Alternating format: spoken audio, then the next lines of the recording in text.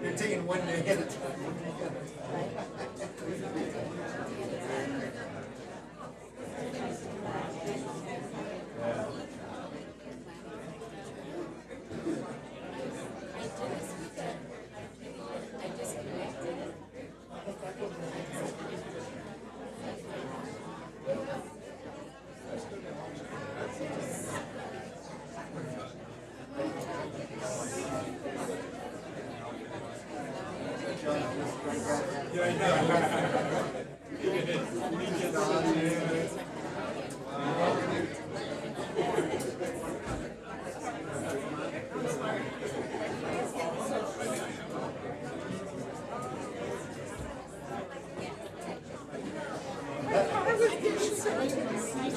Mi carro.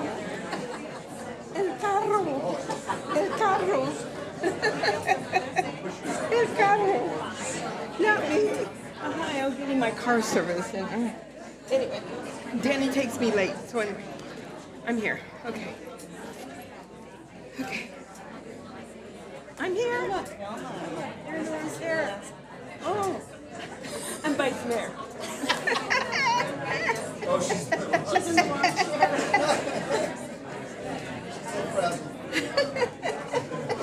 Well, I was in a hurry. Oh, I was in a hurry. And I thought, this isn't my writing. You're too cute, Thelma. Love you. Well, you know, I love you. I wanted to be Vice Mayor again.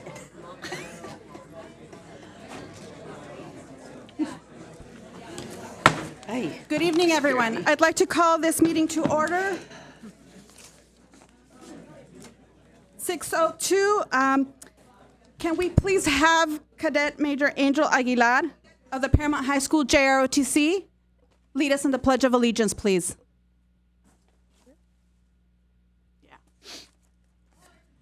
If everyone can please stand.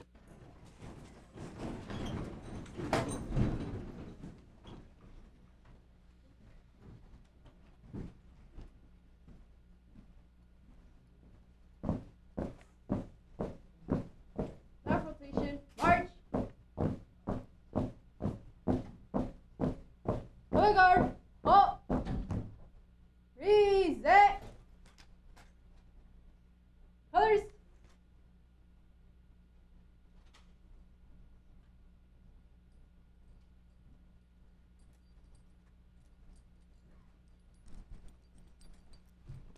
May everyone please put their right hand over their heart. We will now recite the Pledge of Allegiance. Ready? Begin. I pledge allegiance to the flag of the United States of America and to the republic for which it stands, one nation, under God, with indivisible, with liberty and justice for all.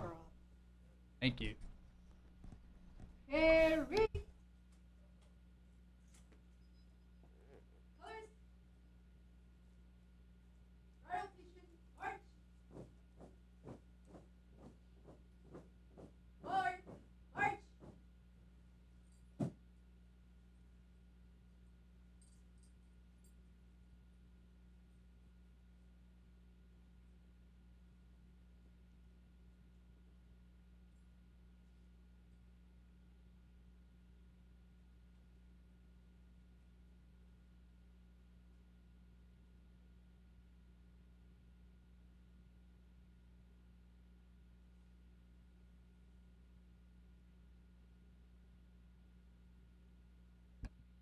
We will now have the invocation by Chaplain Nathan Hamry. You can please come up.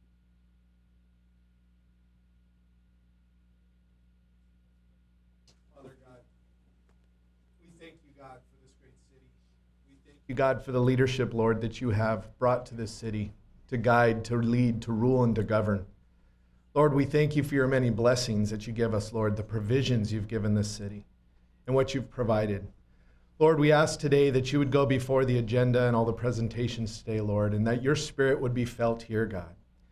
That as you are the God of all wisdom, you would grant wisdom to those that are making decisions here today, Lord, and that those decisions would be made in the best interest, Lord, of the people that we are here to serve in this city. Lord God, we pray that your spirit would just fill every aspect of what is going on here, Lord, and that goodness and what is right would be done and would be decided upon. We thank you for everything. We thank you for this time. We thank you for this gathering. And we pray, Lord, that your name would just be praised. It's in Jesus' name we pray. Amen. Amen. Thank you.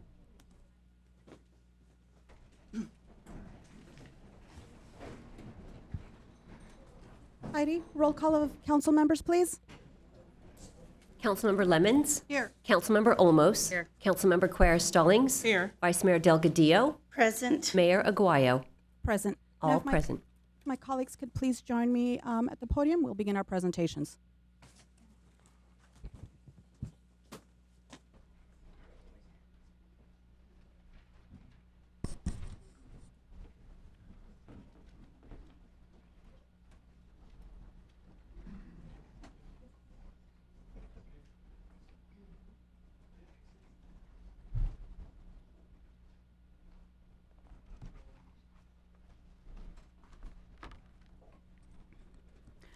Good evening, everyone.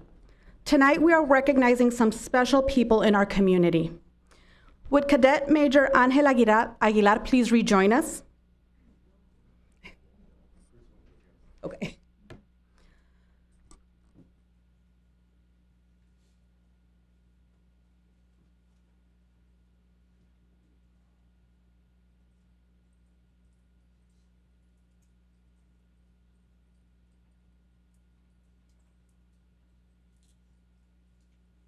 As a member of the Paramount High School JROTC, Angel led us in the Pledge of Allegiance.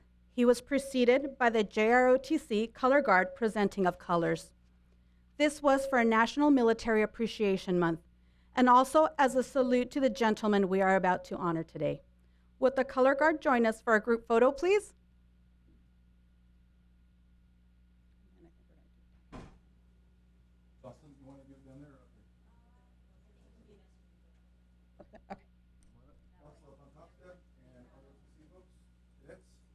Right here on the bottom.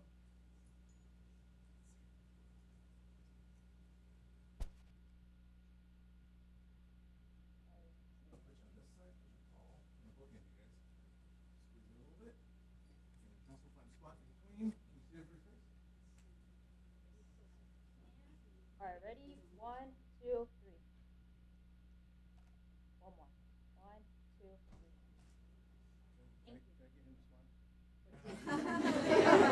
Serious. All right, ready? 1, 2, 3.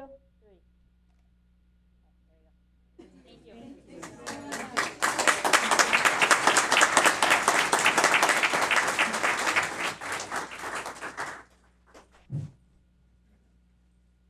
Now, would Colonel Robert Guild and Sergeant First Class Danny Brayboy please come up?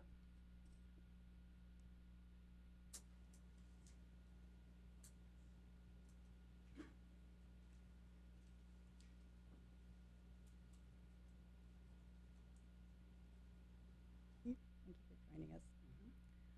Tonight, I am pleased to present the Mayor's Award of Excellence to these longtime Paramount High School JROTC advisors. For the last 15 years, they have taught and mentored our youth in this program. They have encouraged them to be good citizens and support our community and its events. Students have provided thousands of community service hours, which has forged a real sense of connection between them and the city. Beyond community pride, the cadets consistently have graduation rates among the highest at PHS, with some of the highest GPAs. Many have gone to college or joined the military. Colonel Guild and Sergeant Brayboy, we are so grateful for what you've done for our children. It is a pleasure for me to give you the Mayor's Award. Once I hand that to you, if you'd like to say a few words.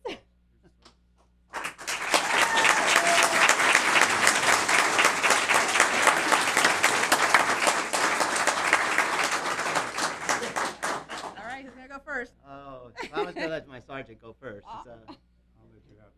Oh.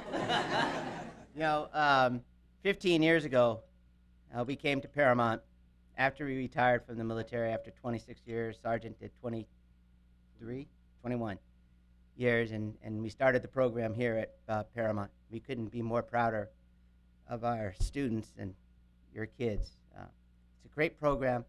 We've been here. We've enjoyed it. We've endured a lot of long hours. The students have put in a lot of long, hard hours within the community, cleaning it all up and picking things up and putting things together, and then also with all the other activities, that we have at Paramount Park. So it's been a really pleasure, and it's been a great honor for us to be with you. And but it's time for us to retire. After the military now, it's we're going to be saying our goodbyes at the end of June. So thank you very much, and thank you for allowing us to be a part of your family. Appreciate it.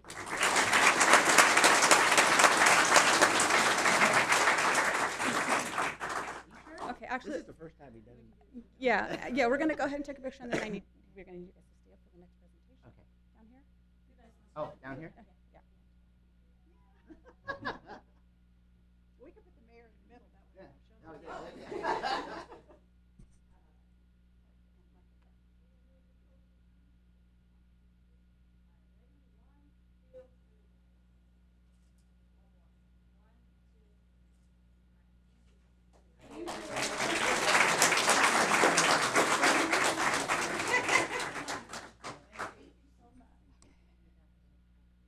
Yes.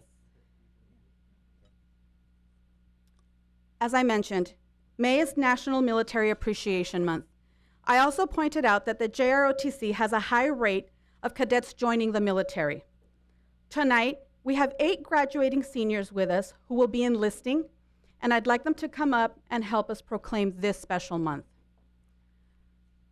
Please welcome Christopher Velasquez, Air Force;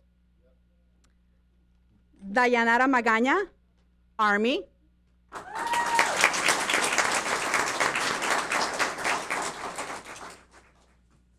Jordan Menenses, Army. And let me just give you this is a little side note, but it's really important.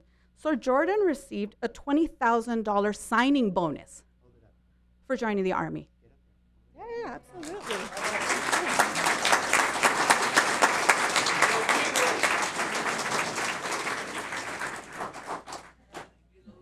David Baguay, Army. Jesus Hurtado, Marines.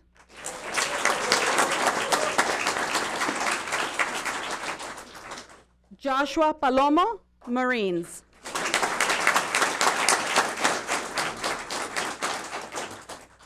Emily Street, Marines.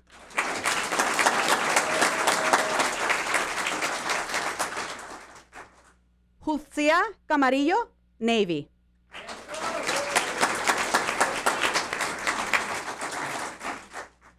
In Paramount, we honor our military heroes in a variety of ways. We have banners of residents who are currently enlisted along the Boulevard of Heroes on Paramount Boulevard. There is our Veterans Memorial Plaza here at Civic Center. We have a wall of honor at the Community Center that highlights our elder veterans who served in conflicts dating back to World War II. And don't forget to attend our Veterans Day celebration on November 11th at Paramount Park. Again, we thank the Colonel and Sergeant and all of our great JROTC members. And to you cadets, we wish you the best in your military journey. So now we're all going to take a picture, okay?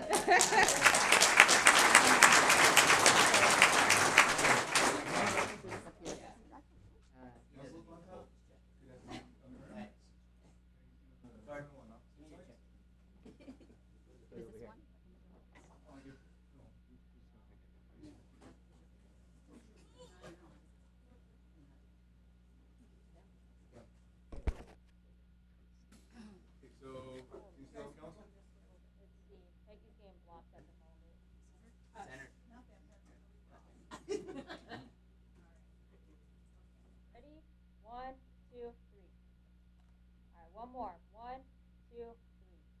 Can I ask that you hold for a second? Can I get the recruiters to come on up? They're career counselors. Career counselor, sorry. Career counselors.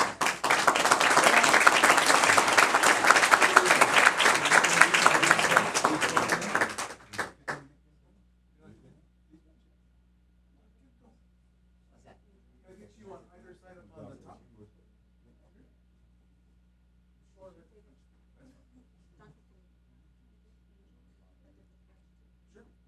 Is Angel still here? There you are. Angel, come on up. For next school year. We have you Come on come on up. up. Stand next to the colonel. He's the commander, yeah, I should say, yeah, he is the battalion commander for next year for the school year. Ready?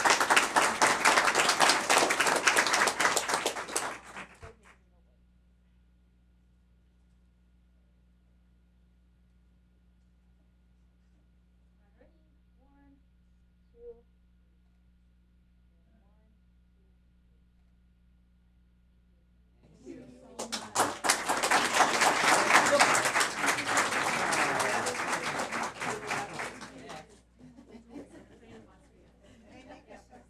Oh, they always do a great job.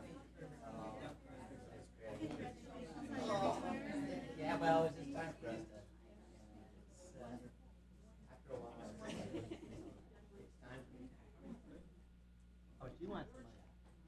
Oh, she's already taken the money here. What? Oh, yeah, thank you. That's Right? yeah, you want to get that?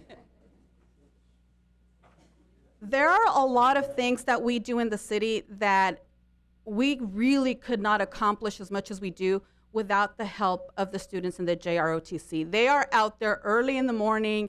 Whenever there's any event, they come out, and they are happy to be there. And you can see it because, again, they're just such an integral part of our community and what we do. So really, thank you.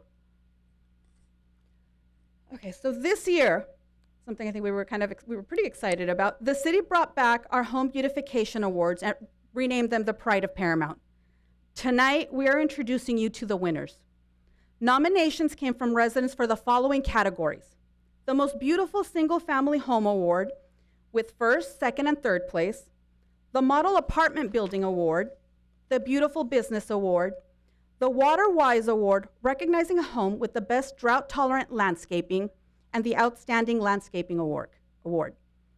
Then we had a panel of volunteer judges, all professionals in their fields, take a tour of the properties and make selections. Thank you to the following: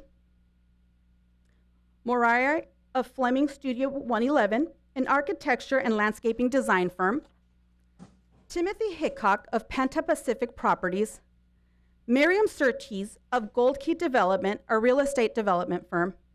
And before we announce the top properties, here is a short video montage of them. Go ahead and show the video.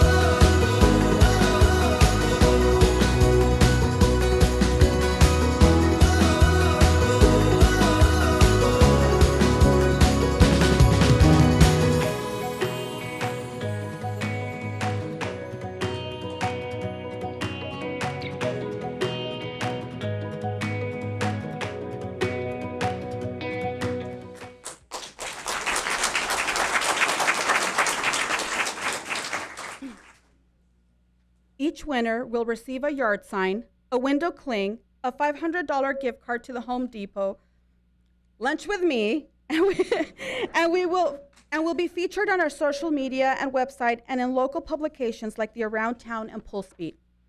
Owners of the first place Best Home Award will receive a special flag, get to ride on the Santa train, and have preferred seating at the holiday tree lighting. Please come up when I call your name. We will go ahead and we're going to take a picture of each winner and then a photo with anybody that you might have brought with you today.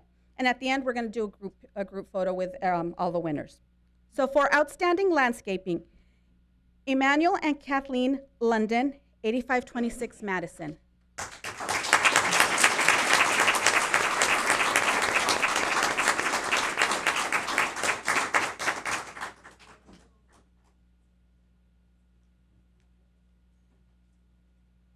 We can do it. We're going to go ahead and do it down here. Yeah.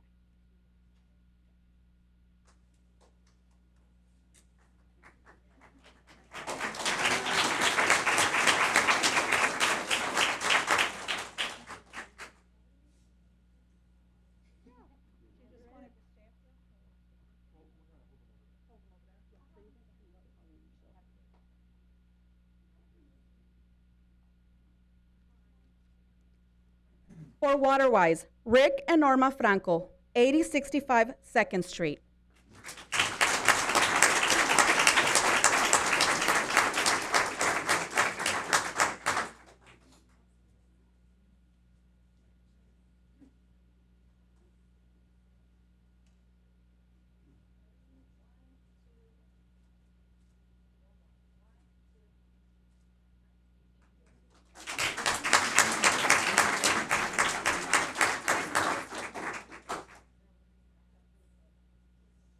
For Beautiful Business, Starbucks on Alondra, represented by store manager Corinna Gaitan and assistant manager Cheats Miller.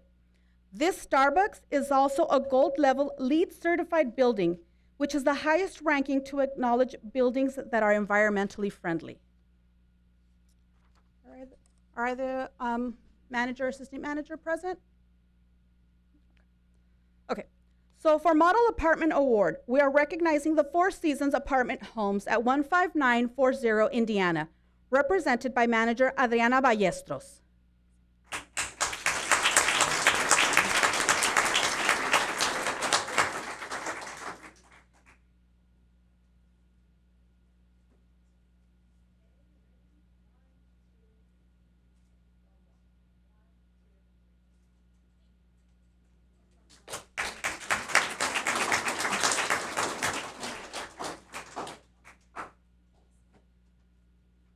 Now for the coveted Best Home Awards.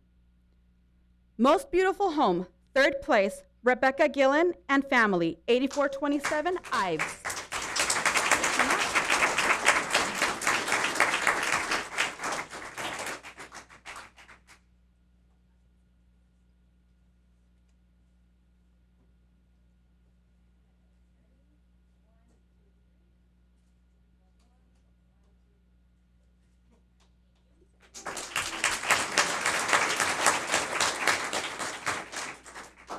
Most Beautiful Homes, 2nd place, the Carranza family, 8057 Denbo Avenue.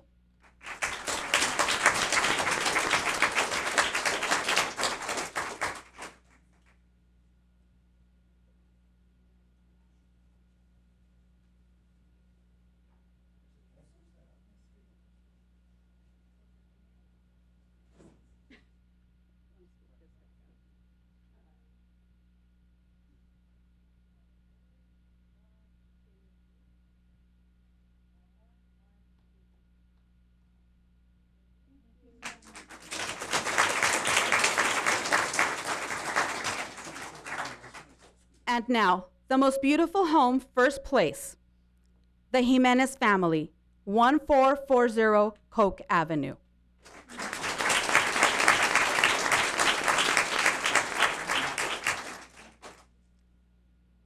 Okay. Congratulations, and thank you for taking pride in your properties to help make Paramount an attractive place to live, work, and play. So now we can go ahead and take a group picture with all of the winners.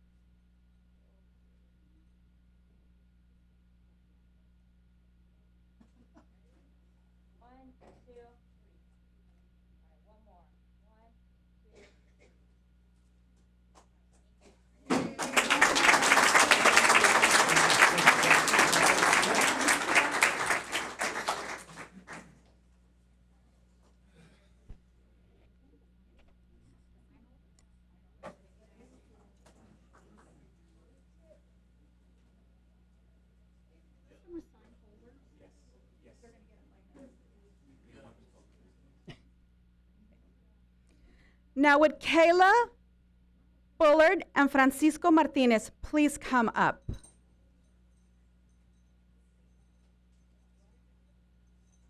Kayla is a senior at Odyssey STEM Academy, and Francisco is with Southern California Edison. The two of them are here today together because of a truly remarkable achievement. Each year, Edison Scholars Program presents 30 college scholarships to students pursuing studies in science, technology, engineering, or math, or STEM. This year, Kayla became an Edison Scholar and will receive $50,000.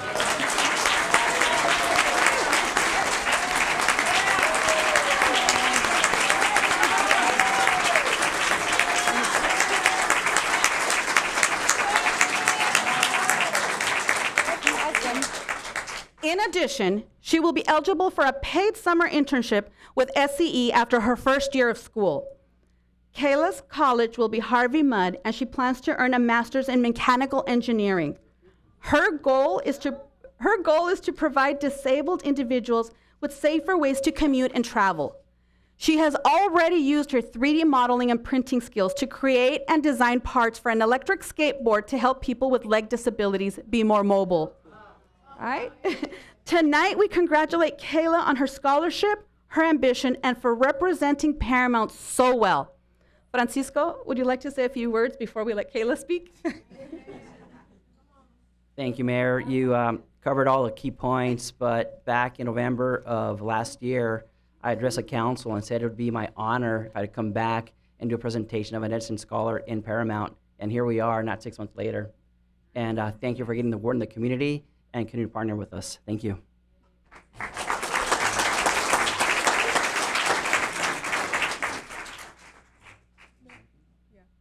Well, first off, can I just still say how I'm shocked? When I came into my calculus class, I want to say back in April, I was still like, oh yeah, nothing's gonna happen, because they used the thing of saying, oh yeah, a few people are gonna come to the district, look at Odyssey and stuff like that all the time. They're just coming to surprise me and my grandmother, and I'm still shocked that everything has happened. So, yay! I want $50,000.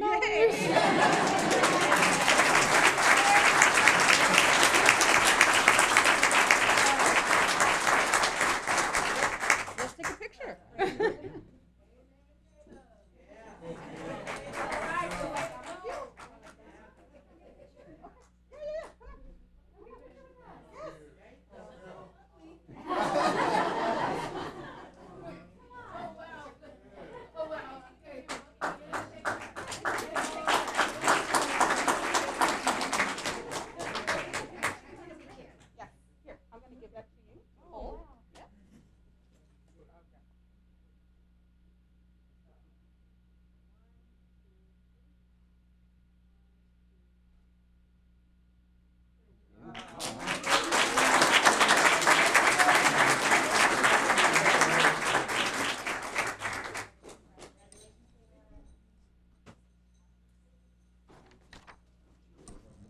How about great things happening in Paramount, right? Now for our next presentation, would Lieutenant Joseph Morales and the Special Assignment Officers team please come up?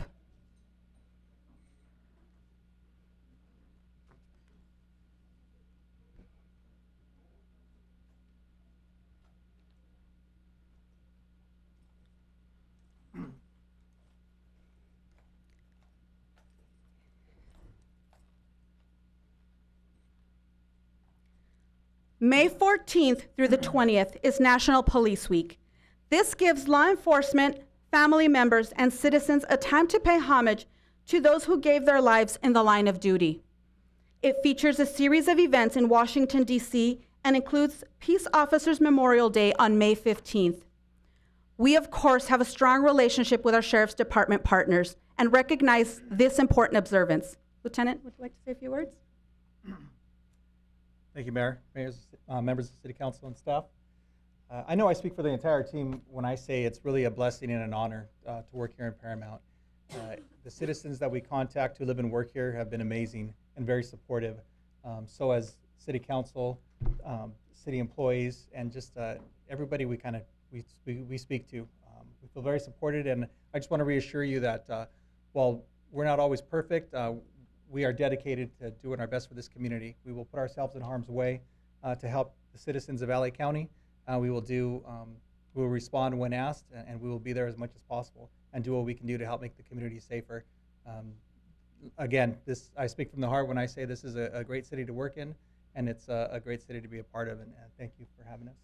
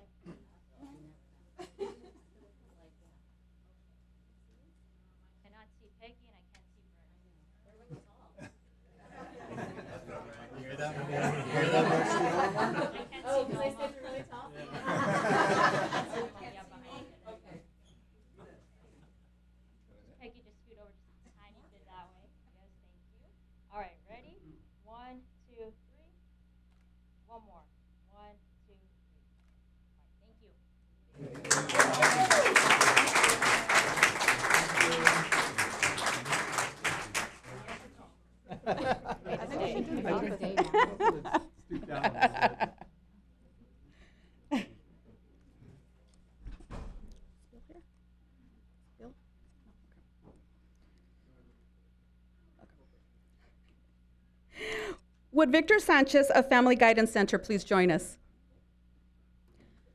May is also National Mental Health Awareness Month. This year's message is more than enough. This celebrates the inherent value we all hold no matter one's diagnosis, appearance, background, or ability. If all you did was wake up today, that's more than enough. Everyone is worthy of more than enough life, love, and healing. As part of this month, the city's Human Resources Department will be offering activities and prizes to promote the overall wellness of our employees. For instance, there will be weekly winners in a workplace step challenge that encourages employees to get out of the office during their breaks and lunch and move their bodies. Tonight, we also recognize the work that Community Family Guidance Center does for our children and our city. They have been helping our children and families heal from emotional, behavioral, and mental health issues for many years. Victor, would you like to say a few words? Sure, man. Are you sure that's a good thing to do? Give me the mic. Just kidding.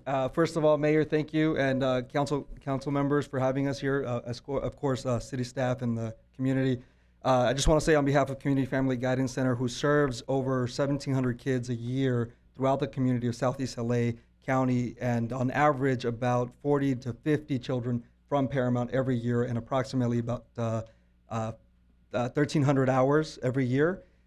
We are proud to be in this community. We're honored to be a part of Paramount. We know that the work that we're doing is important, and we're changing lives every day. As you know, the pandemic really struck our children very deeply, and there's a lot of work to be done, but we're going to get through it. We're going to continue to provide counseling and guidance to our children in our school districts and in our community. So with that, just thank you for recognizing the hard work that our therapists are doing every day. Thank you.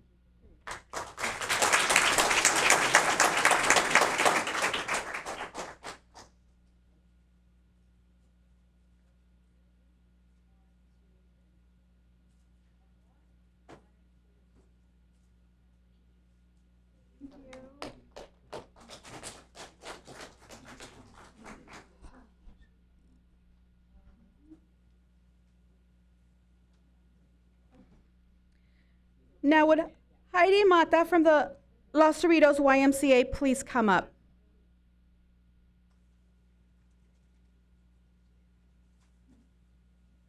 May is National Water Safety Month.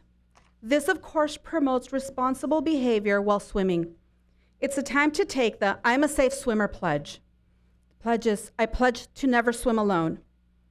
I pledge to never play or swim near drains or suction fittings. I pledge to always dive feet first. I pledge to obey pool rules. Paramount has an active aquatics program that always stresses safety. The YMCA, which is well known for its connection to water safety, is our partner for this at the Paramount Park Pool. They offer swimming lessons and safety classes throughout the year. Heidi, would you like to say a few words? I just want to say thank you to the City of Paramount for continuing our partnership with the YMCA. Last month, we were able to offer free safety around water classes, and we currently are partnering up with the district to teach some of the second graders how to swim. So we're just excited to keep continuing our partnership with the City of Paramount.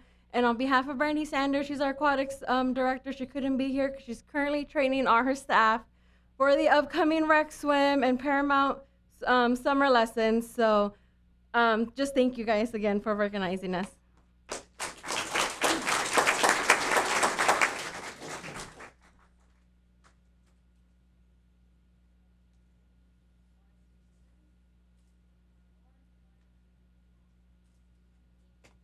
Thank you.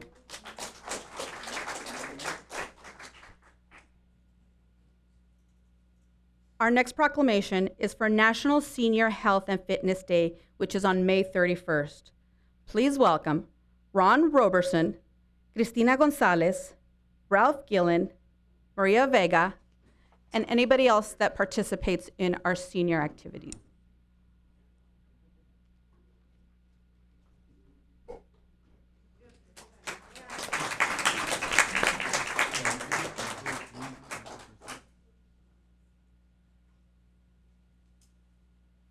Thank you so much. Senior Health and Fitness Day promotes the importance of regular physical activity for older folks. This is a message that we convey to residents at our senior center all year long. Ron, who has been shooting videos of city events for many years, donates his time leading a popular exercise class that meets at the community center. It is so popular that it will soon be moving to the gym to accommodate more people.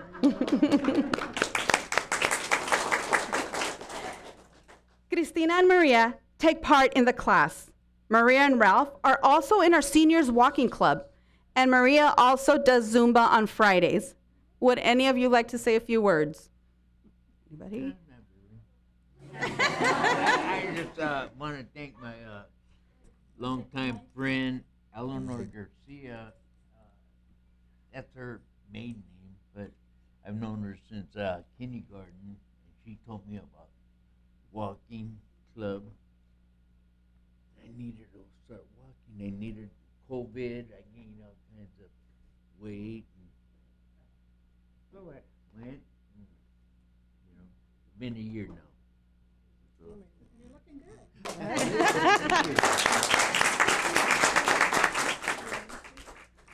Where'd Magda go? Now, Magda Garcia, would you please join us?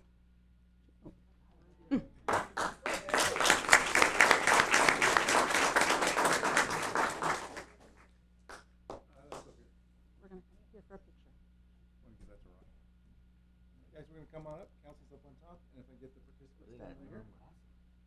Thank you for me.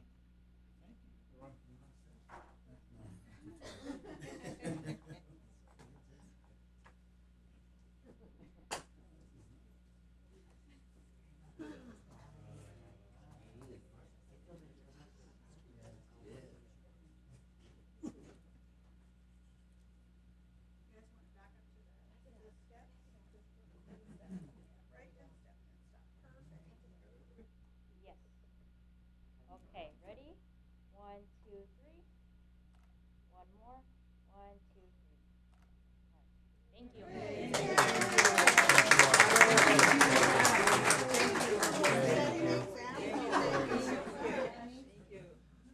Thank you.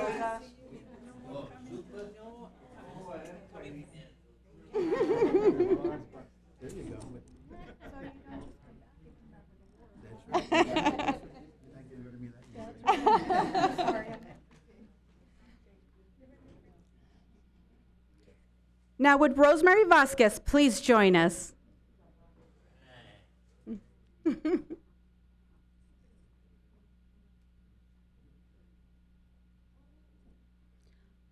Rosemary is the chair of the city's Public Works Commission.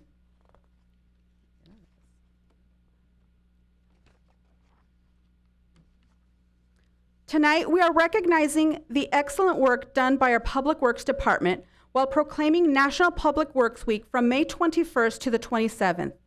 This year's theme is Connecting the World Through Public Works. This illustrates how Public Works improves quality of life through infrastructure and service. Paramount's Public Works Department does a great job of making the city look good and run smoothly. We thank them for their hard work. Rosemary is here to accept the city's proclamation. Would you like to say a few words?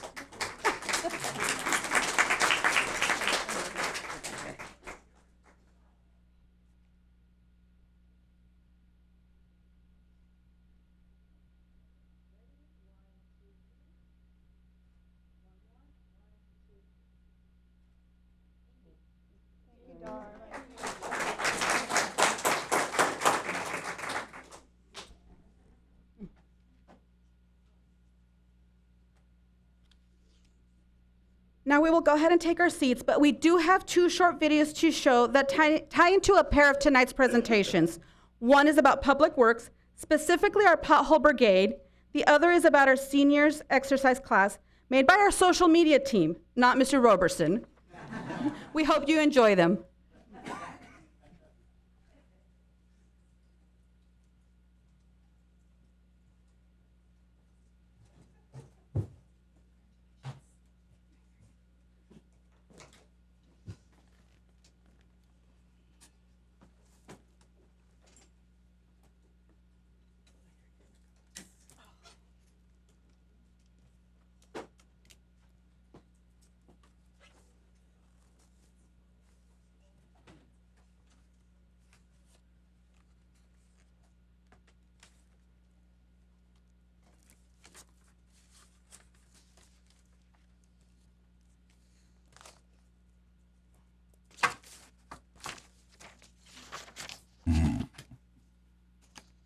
Do we have the file saved?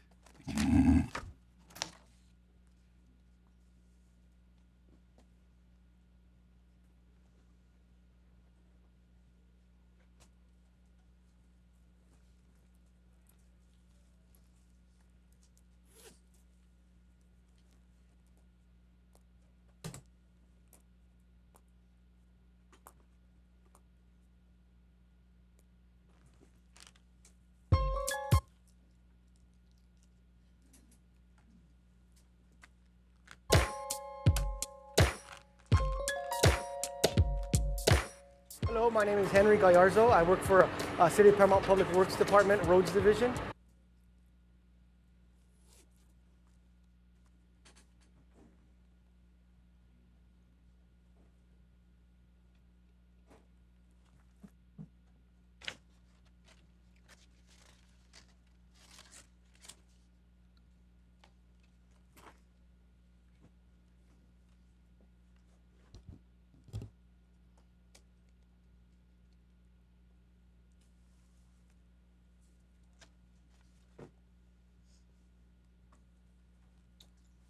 Some of you may have seen the video already. It has circulated on social media, and it is a great video, just the way it was done, that it's been shared in other cities as well if you go through their social media. So we will get it up because it is definitely worth viewing.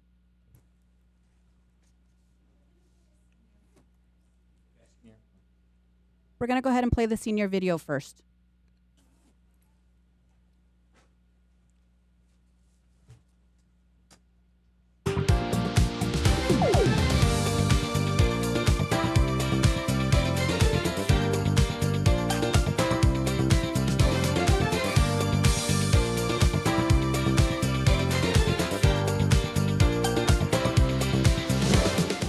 During the pandemic, so many of our seniors were isolated. We would visit them, bring them food, and even had birthday celebrations with a traveling DJ.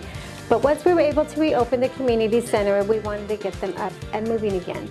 So Ron suggested that we host an exercise class, which started outside, and then we brought them inside. And with that success, we will be moving to the gym soon.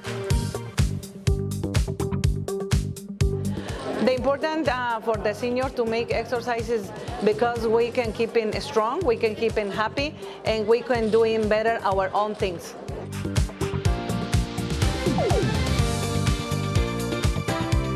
La pregunta fue que qué me parecía la clase, pues me parece de lo mejor. Yo esta clase los lunes procuro no perdérmela porque me encanta. This is a low-impact senior class, and it allows the seniors to come in and work at their own pace. Even though we keep it lively and we got a good mixture of music, a little something for everybody, you know, it's still at your own pace. So from 10 to 11 o'clock every Monday, barring any holidays or city shutdowns, that type of thing, we will be here at the community center right here in the city of Paramount.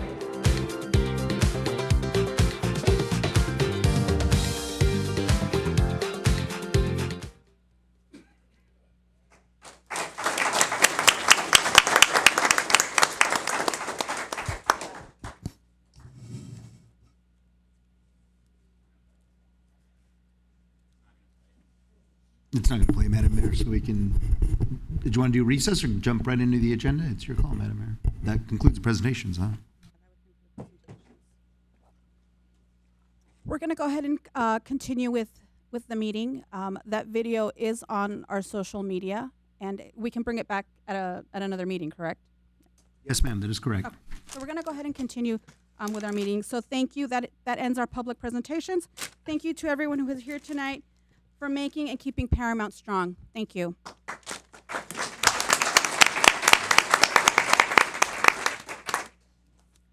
Okay, is there any city council public comment updates? No, Madam Mayor.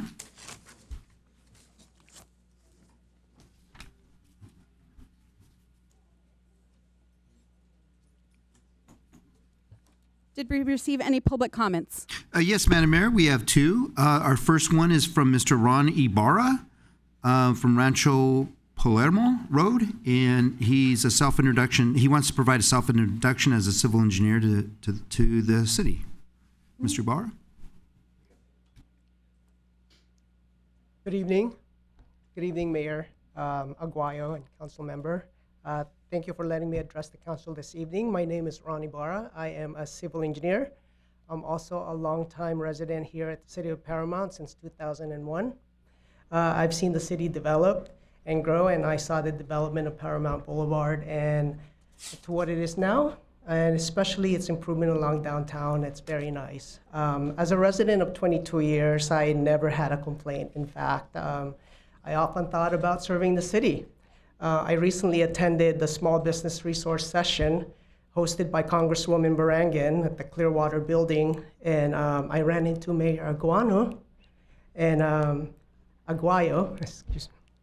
And I introduced myself and told her about my thoughts about serving Paramount as a civil engineer, and she gave me this idea of maybe presenting myself at the city council, and here I am.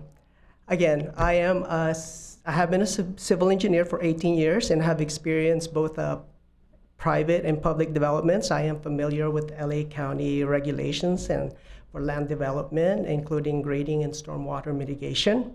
So in the past 10 years, I have been with Kimley Horn. You guys have procured their services before. They're expensive and they're a national civil engineering firm. But recently I decided to go on my own, and I am now a sole proprietorship. I am also serving the city of Artesia as a civil engineering consultant, and I have provided civil engineering services to the city of Artesia for 5 years now while I was at Kimley Horn, and I continue to serve them as a sole proprietor. And that's where I think that I would be a good fit for the city of Paramount. So just to briefly tell you my experience at the city of Paramount, I've done plan checking for land developments, including plans, residentials, commercial and private developments. I do encroachment permit review. I develop traffic control plans. I assist in procuring grant fundings. I've helped the city of Artesia procure ATP Cycle 2, Cycle 3 for street improvement, for pavement rehabilitation. We've procured recently an HSIP grant funding, and also, we just recently applied for an ATP Cycle 6 grant funding. We're now in the process of applying for a CFI grant, and that's charging fueling infrastructure for electrical vehicle charging station, which is going to be required by federal governments, by most cities. I'm also providing engineering support with capital improvements encroachment within the city of Artesia, like the 91 freeway modification by Caltrans. I think you guys are experiencing that too with Paramount. City of Cerritos is experiencing that with Pioneer Boulevard. And the Wasabi, we call it Wasabi, or the West Santa Ana branch. Thank you so much for being here, Ron. Your time is actually up. Okay, thank you. Thank you. Thank you for your consideration. Thank you. Our next public comment, Madam Mayor, is Alejandro Yanez. Mr. Yanez?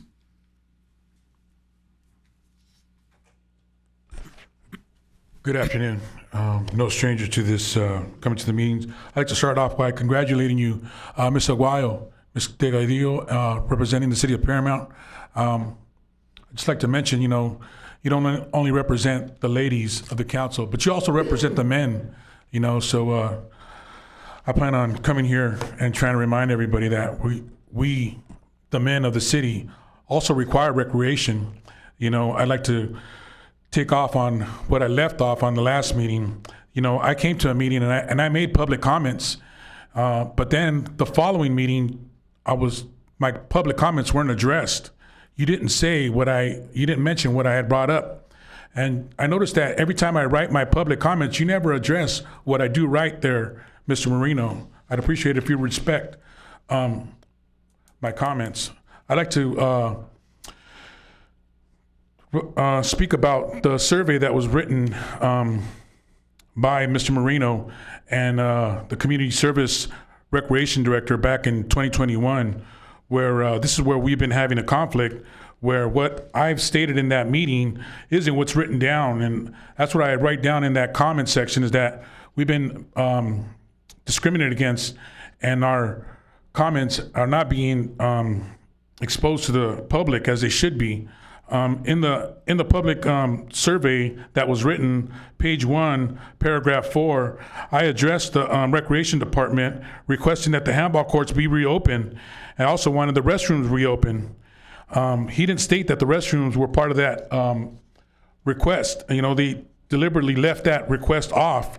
By leaving that request off, the following page, page 2, they brought up defecation and urinating was caused for the reason to remove our handball courts. So the fact that you closed the restrooms and didn't put the fact that we wanted the restrooms open was the reason why you removed the handball courts, pardon me. It's not fair that, you acknowledge the senior citizens need recreation and health. I have come to various meetings, numerous meetings, many times. Not one time have you brought up young adults having recreation. We're part of the community. We deserve to be recognized. What happened to the promise you made us? I helped you get elected. You made me a promise, right? You said you were going to help us rebuild our handball courts. I held up my end of the bargain, right? I've done everything I possibly could to be a positive part of this community, I bought my first house when I was 29 years old. I didn't buy my first house in Paramount so I could find a place to urinate and defecate at Paramount Park. It's an insult what you guys did. You don't recognize us. You have the money. When we had $23 million when I first started off advocating for handball. We're up to $30 million. So it's not the fact of the money. Thank you, and keep up the good work. Thank you, Mr. Yanez. By the way, happy Mother's Day. Okay, I'm going to go ahead and move on to the consent calendar. Can I get a move it. Second. Heidi, roll, please. Councilmember Lemons. Yes. Councilmember Olmos. Yes. Councilmember Quer Stallings. Yes. Vice Mayor Delgadillo. Yes. Mayor Aguayo. Yes.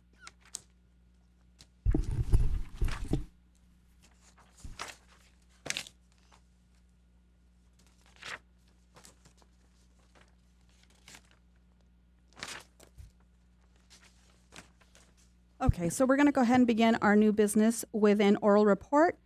Community Service Organization update, the Paramount Tepic Sister Cities. Yes, Madam Mayor. We have been bringing different service clubs or organizations to you to give presentations on what they do over the last few council meetings. So tonight's turn is the Paramount Tepic Sister Cities, and as we know, Paramount Tepic is back. So they are going to be taking back the Dia de los Niños event to the community, and that again replaces our old Easter fair, so that'll happen next year. So with that, to provide an overview of the Paramount Tepic Sister City is Mr. Frank Barraza. Come on up, Frank.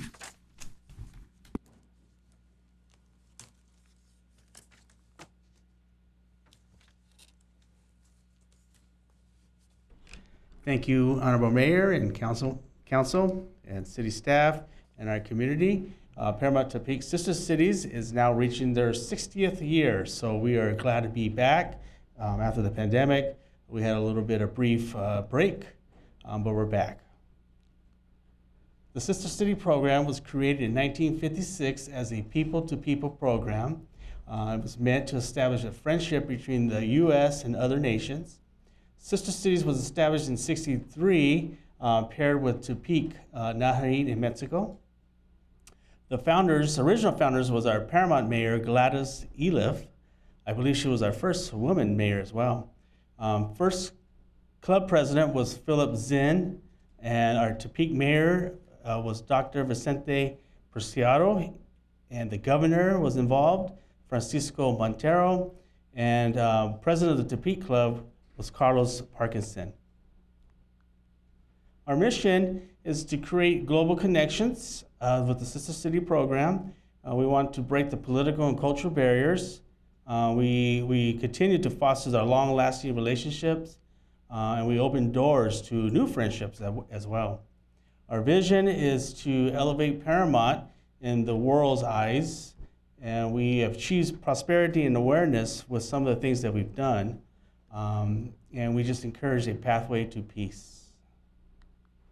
Again, because of the pandemic, we were, I guess, closed for a little bit. It's about 50 members of us. We do a lot of community events, and we take a lot of pride in our scholarships.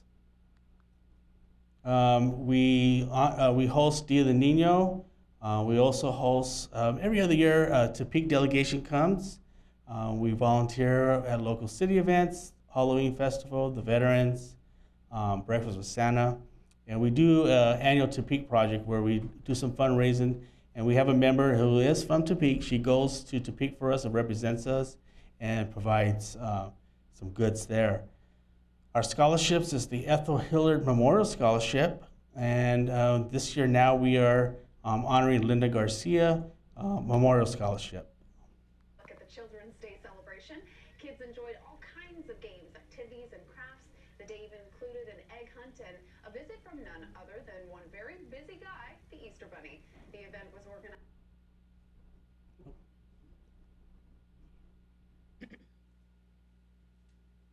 Oh, okay, I guess that's the video, but that's our annual event. Children's Day, we're very proud of it to honor the kids, and we thank the city to support us as well. And we end on a sad note. We lost a golden voice and a peacemaker in our organization during the pandemic. And her voice will forever be missed by her Tepic family. And thank you for everyone's support. Oh, we have a scholarship dinner this Friday at the Elks Club at 6 p.m. We are raising funds for the Linda Garcia Scholarship. So we invite all the council, mayor, please attend. Thank you.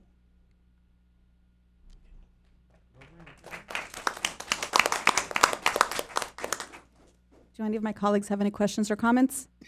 No, I just want to thank you, Frank. Thank you for coming and representing. We really appreciate it. Mm-hmm. Thank you, Frank. A wonderful presentation. Thank you very much. Okay, so this is an oral report, so no action is needed. Thank you. Okay, so next we actually are going to have 3 public hearings. The first one is ordinance number 1170, and this is an ordinance of the City Council, the City of Paramount, repealing section 15.0 04.020 of the Paramount Municipal Code and amending sections 15.04.010, 15.12.010, 15.16.010, and 15.20.010 of the Paramount Municipal Code, adopting by reference the 2022 California Building Standards Code, including Chapter 1, Division 2, Residential Code, Green Building Standards Code, Energy Code, Electrical Code, Mechanical Code, and Plumbing Code. That was a lot. Well, I'm glad you got that part of the presentation. May we please have a report? Yes, that's done. Next item, no, I'm joking. Madam Mayor, as you eloquently said, whenever there's a change to the state building code, we incorporate that into our municipal code. This actually allows our building inspectors to use what the latest and greatest building code to keep our residents, our business owners, and their properties safe. So we're going to be doing that tonight. And with that, I'd like to turn it over to our building and safety manager, Mr. Johnny Reitmer, who will handle the item. Johnny? Thank you, John. Honorable Mayor, council members, thank you for letting me share with you this evening. But like you said, just a little bit of background. Basically, the building codes change every 3 years. The building codes were originally designed to keep the homes we live in, the stores we shop in, and the places we visit safe. So as you see on the picture here, this is actually a fire here in town that happened. And so our inspectors aren't out looking for violations, but when things like this happen, because they will happen, we want to make sure that the residents are able to leave safely and that the fire department has time to get there and respond. Over the past few years, there has been some major shifts in the building codes to accommodate environmental needs. The building and safety staff is required to maintain continuing education units. I'm sorry, I looked up. To renew their certifications for our roles and keep us updated with the codes. The city supports the building division by providing training opportunities at California Building Official Conferences, which allows us to obtain our CEUs. And then we also get trained every other week by our building official. So we feel very supported by the city. Tonight the request is to incorporate by reference the following codes: the 2022 California Building Code and its related codes: residential, green building, electrical, mechanical, plumbing, and engineering. I'm sorry. I'm sorry. Energy code, I apologize. The proposal, the municipal code will be in compliance and consistent with the California building codes, allow safe, accessible, efficient, and sustainable buildings. Basically, these state codes are written by the California Building Standard Commission and based off of the International Building Code. So, oh, sorry, I didn't. Thank you, whoever's doing that. So it's recommended that we read by title only, waive the further reading, introduce ordinance number 1170, and place it on the June 13, 2023 agenda for adoption. And it obviously meets number 1 and number 4, striving for a safe community and environmental health. And that will be it. I'm here to answer any questions if you have any. Is there any testimony? We're going to go ahead and open the public hearing. Is there any testimony of anybody in favor?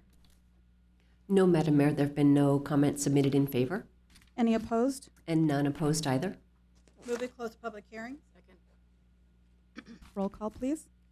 Councilmember Lemons? Yes. Councilmember Olmos? Yes. Councilmember Quer Stallings? Yes. Vice Mayor Delgadillo? Yes. Mayor Aguayo? Yes. Do we have any questions or comments? I'll move the item. Second. Roll call, please.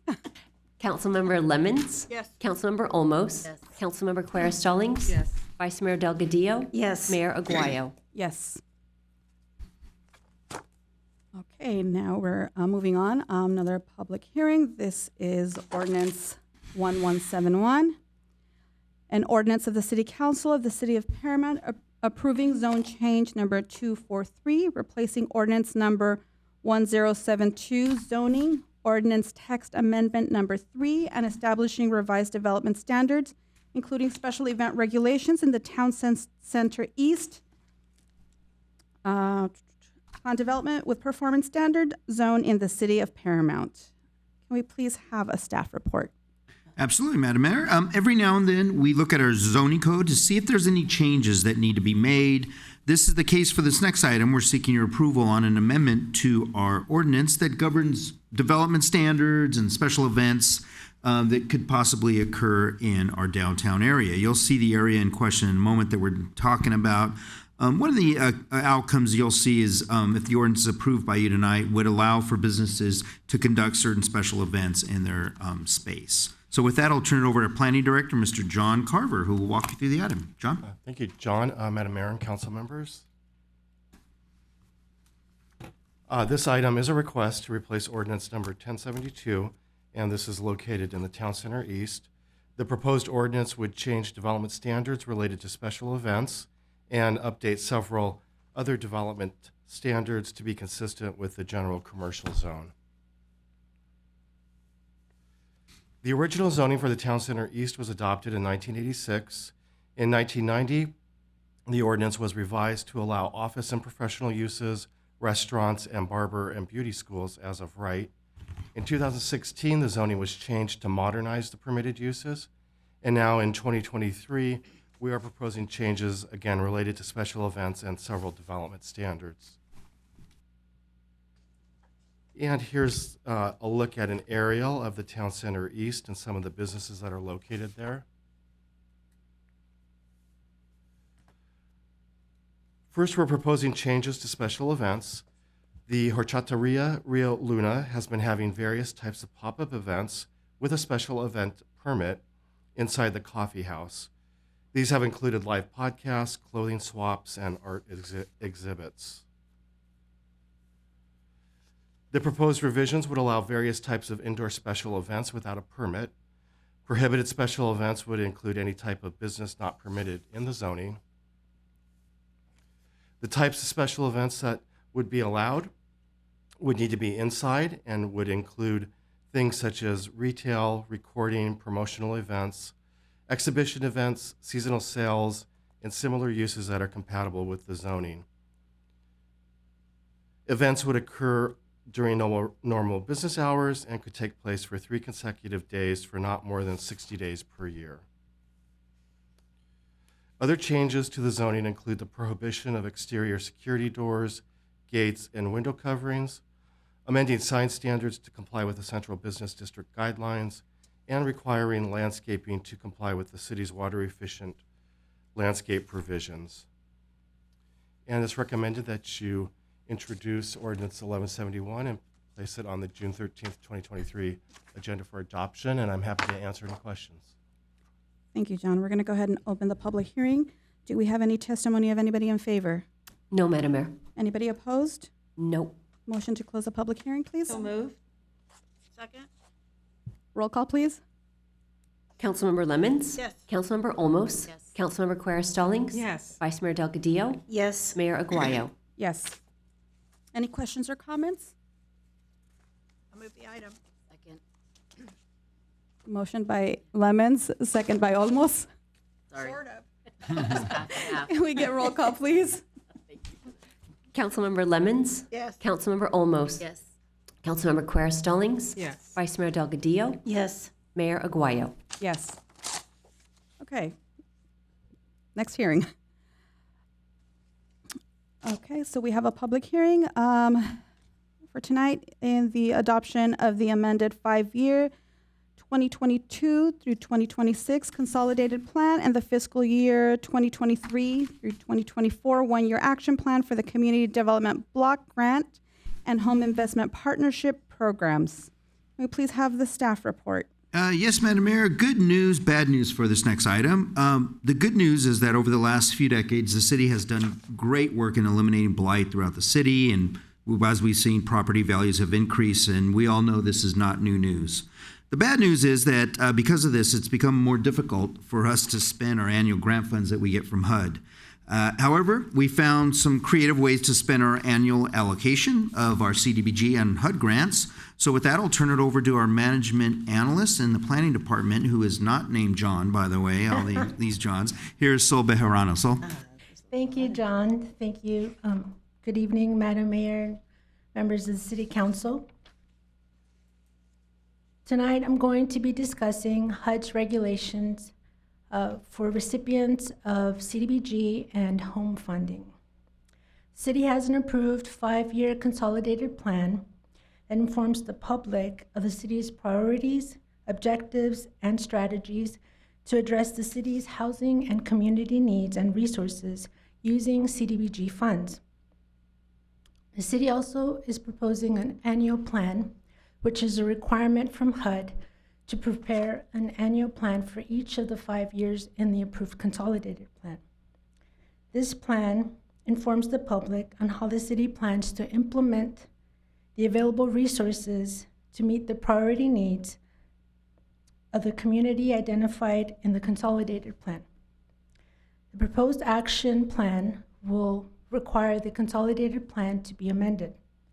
Now, any substantial amendment requires a public hearing and a council approval, which is why we're bringing this item to you today. As an entitlement city, Paramount receives a little over $761,000 in CDBG funds. In addition to that, we've received $303,000 in home funding and $13,675 in home program income funds. Best practices include an assessment of the approved consolidated plan when preparing the 1-year action plan in the event the city's available resources or community needs have changed, and they have, as John mentioned in his introduction. In evaluating the consolidated plan, the following slides highlight the proposed amendment to the approved consolidated plan to align with the activities being proposed in fiscal years 2023-2024 1-year action plan.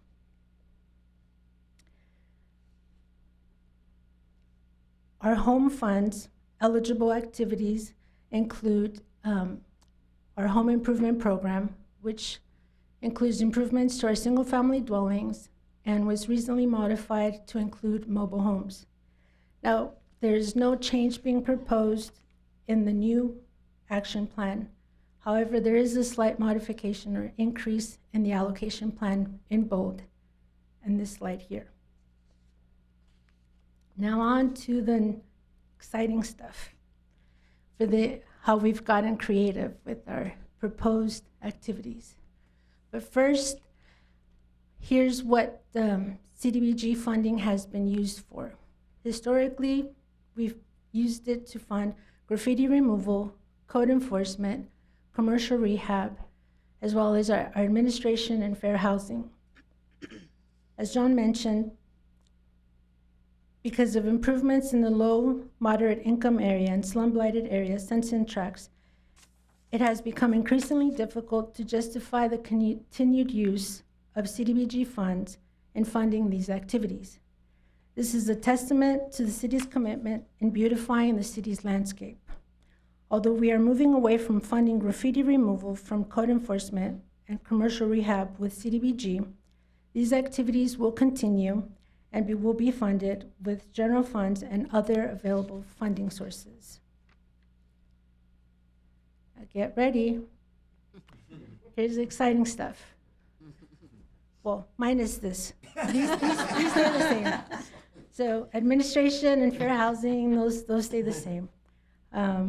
But we are proposing a senior enrichment program to fall in line with the video we saw earlier. These activities will include a fitness class, walking club, sewing, knitting club, and can anyone guess what else? Dancing. Everyone loves dancing. Yes, I like to dance. So it's going to be for those that are 55 years and over as a way to foster a healthy and active lifestyle within the senior community. The CDBG dollars will pay for staff salary and benefits for the staff directly involved in running these activities. Additionally, we are also proposing alleyway resurfacing, which is also part of our earlier presentation. This eligible activity falls in line with the public infrastructure improvements strategic goal in the amended consolidated plan. Preserving and improving public infrastructure is not only a necessity, but also aesthetically pleasing, eliminating potholes, for example, while also creating jobs, which in turn promotes economic growth. Furthermore, we are also proposing our home improvement program funded with CDBG.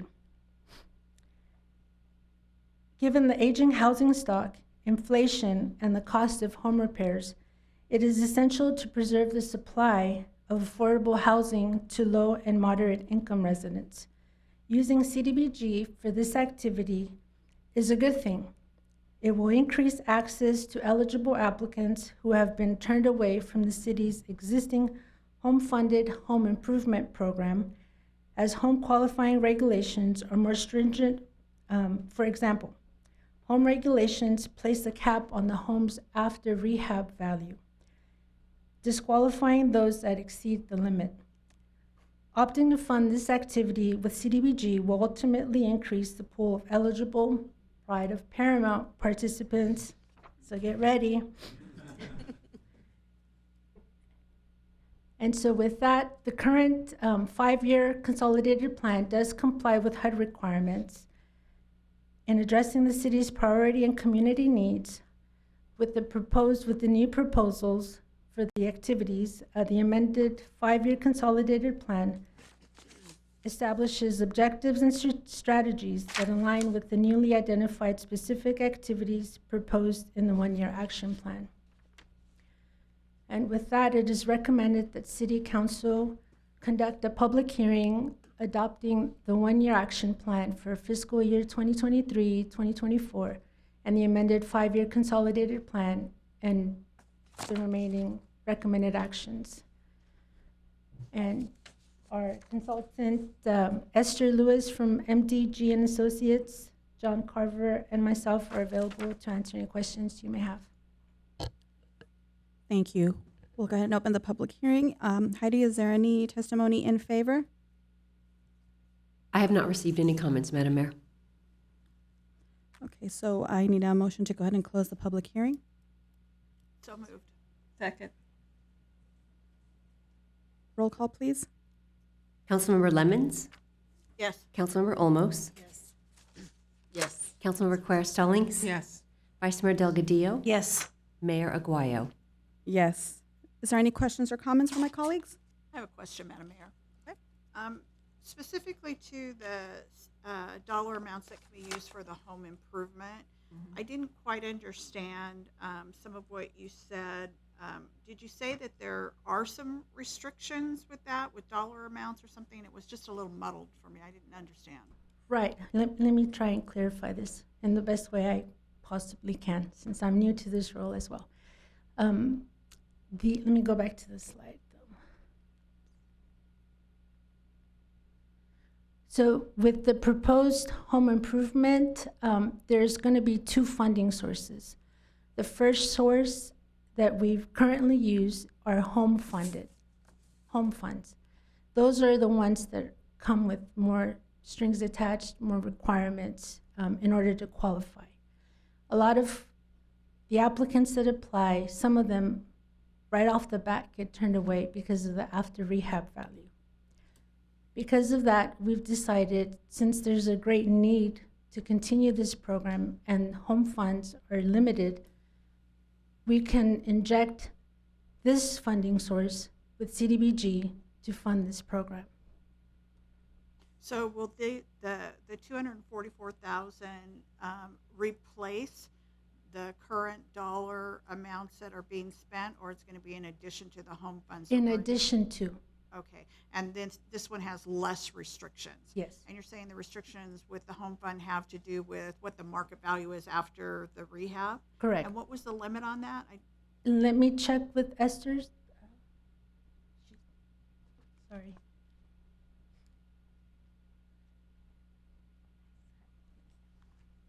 Good evening, Madam Mayor, members of the council. So every year annually, those after value rehab values are changed or modified.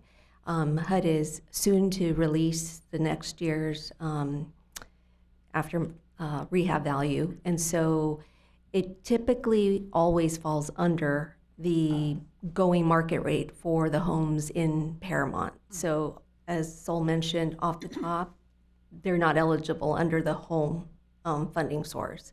And so as part of this annual action plan, we actually also take into consideration a local analysis. And so we gauge how much medium average the home sales are in Paramount in order to establish whether that limit is higher than what HUD publishes for the city of Paramount. And we'll use the higher of the two and submit it along with this action plan. But the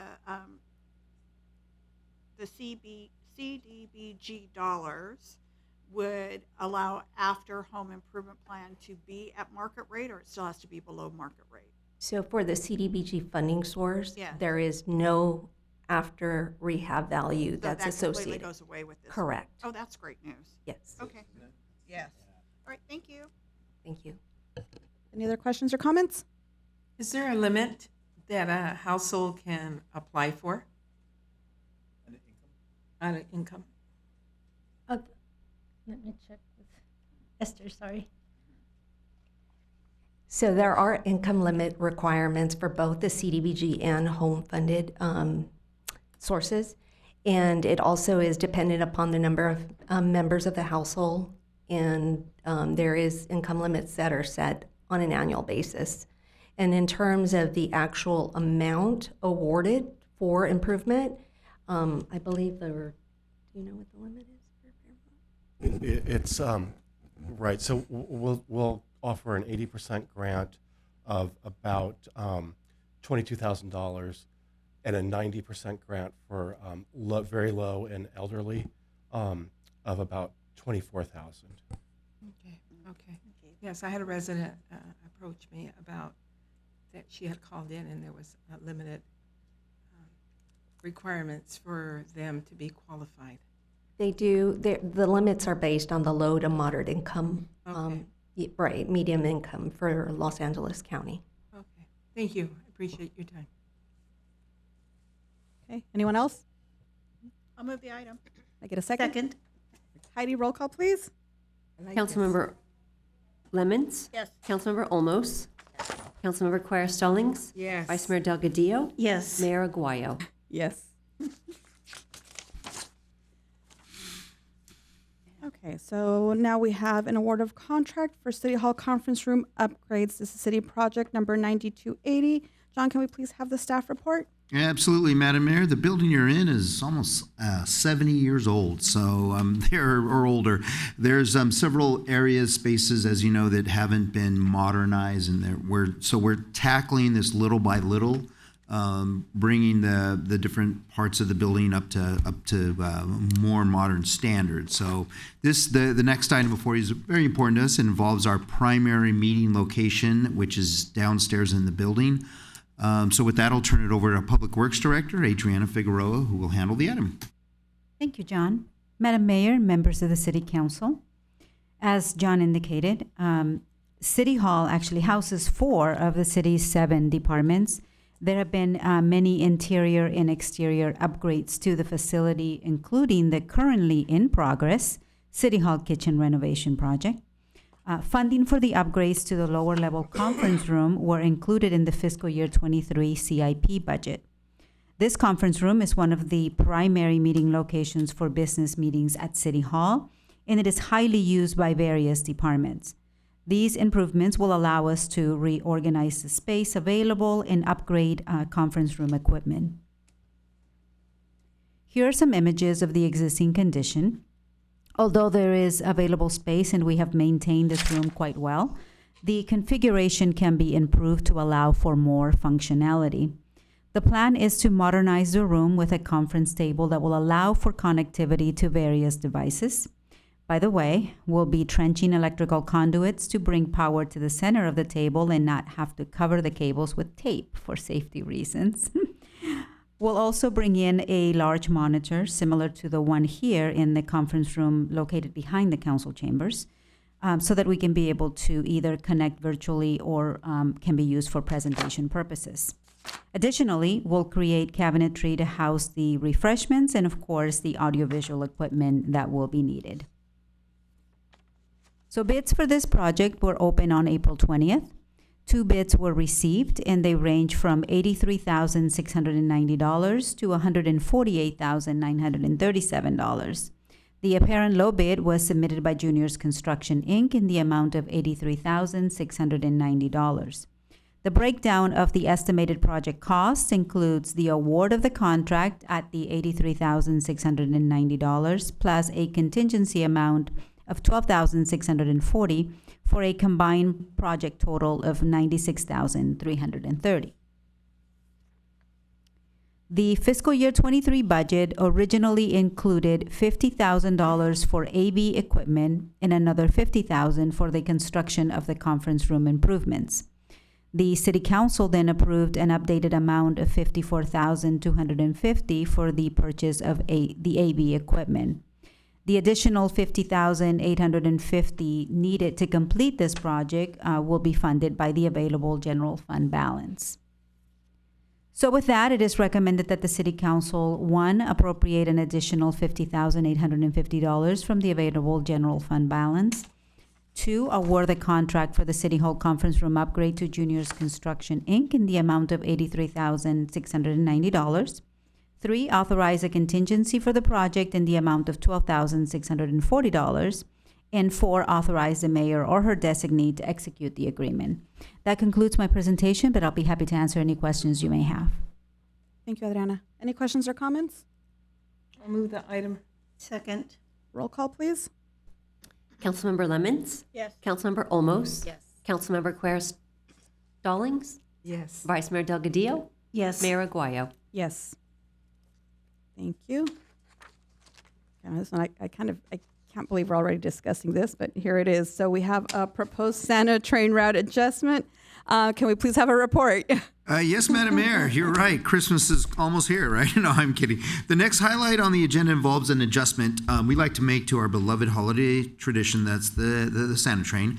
This adjustment would result in an earlier train arrival time for the neighborhood that is just south of City Hall over here.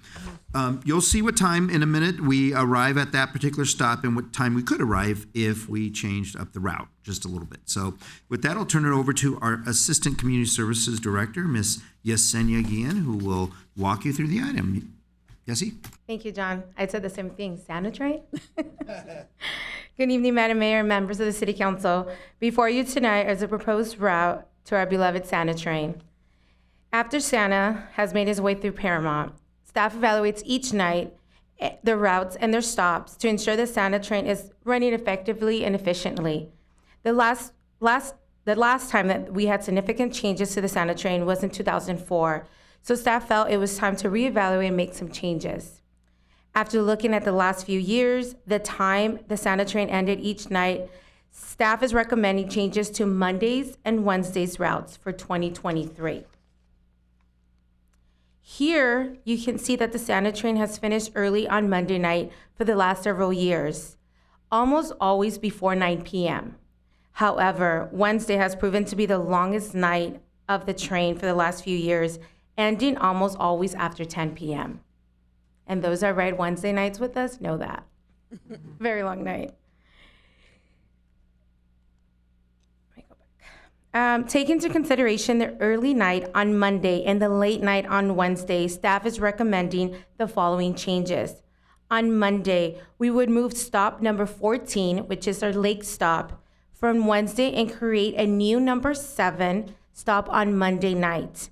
Approximately, obviously we're looking at historical numbers in regards to our times, approximately arriving around 6 p.m. on Lake on a Monday night.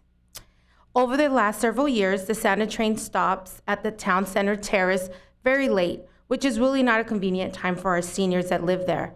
Staff is recommending removing the stop on Wednesday and coordinating with Town Center Terrace staff to have Santa, his elves, and Mrs. Claus, if she can take time away again, and do really an opportunity to meet with him, have a photo opportunity, and really engage with their seniors and not feel rushed.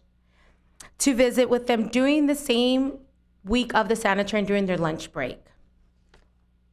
So here is the current routes for the Santa Train on Monday and Wednesday nights. As you see in the circled area on Monday on the Monday map, the train is already in Lake Street area. So moving the stop from a Wednesday to Monday makes sense. On Wednesday map, the circled area shows a lot of movement in a small area, so the proposed route changes seeks to clean that area. And here's the proposed changes reflected on the maps above. Monday's route will include the new stop number 7, circled in yellow, and increase the total stops from 11 to 12. Wednesday's route reflects the changes of reduced stops from 14 to 12. These proposed changes will improve the Santa Train access from the Lake Street neighborhood and seniors at the Lakeview Terrace with more appropriate times to experience and enjoy the beloved Santa Train. These routes have made no fiscal impact. So with that, it's recommended that the City Council approve the proposed route adjustments for the Santa Train 2023. And I'll be happy to answer any questions you guys may have. Questions or comments? Love this idea. It's All going right. to make it work a lot better for our residents. Yes, we hope so. And for our little ones. Yes. To not be up so late. Yes. And that was a lot of the complaints from Absolutely. residents. So very pleased. Thank you, staff. Is there a second? So moved, Madam Mayor. Second. Okay, roll call, please. Councilmember Lemons? Yes. Councilmember Olmos? Yes. Councilmember Quer Stallings? Of course. Vice Mayor Delgadillo? Yes. Mayor Aguayo? Yes. Thank you. That was a really late stop. Yeah. Super late, so thank It you. was.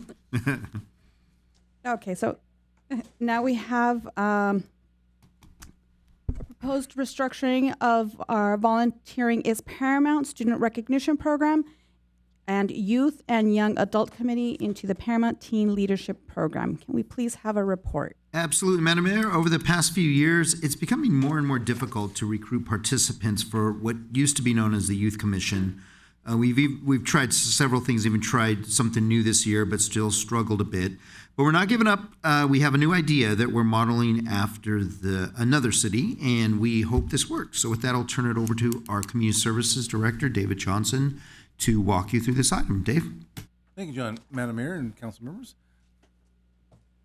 So as in the title shows you, that we are looking at a couple programs that we think are underperforming and we'd like to consolidate. So the first one was something we created in 2022, volunteering as Paramount. Again, this was an effort to recognize our high school age volunteers.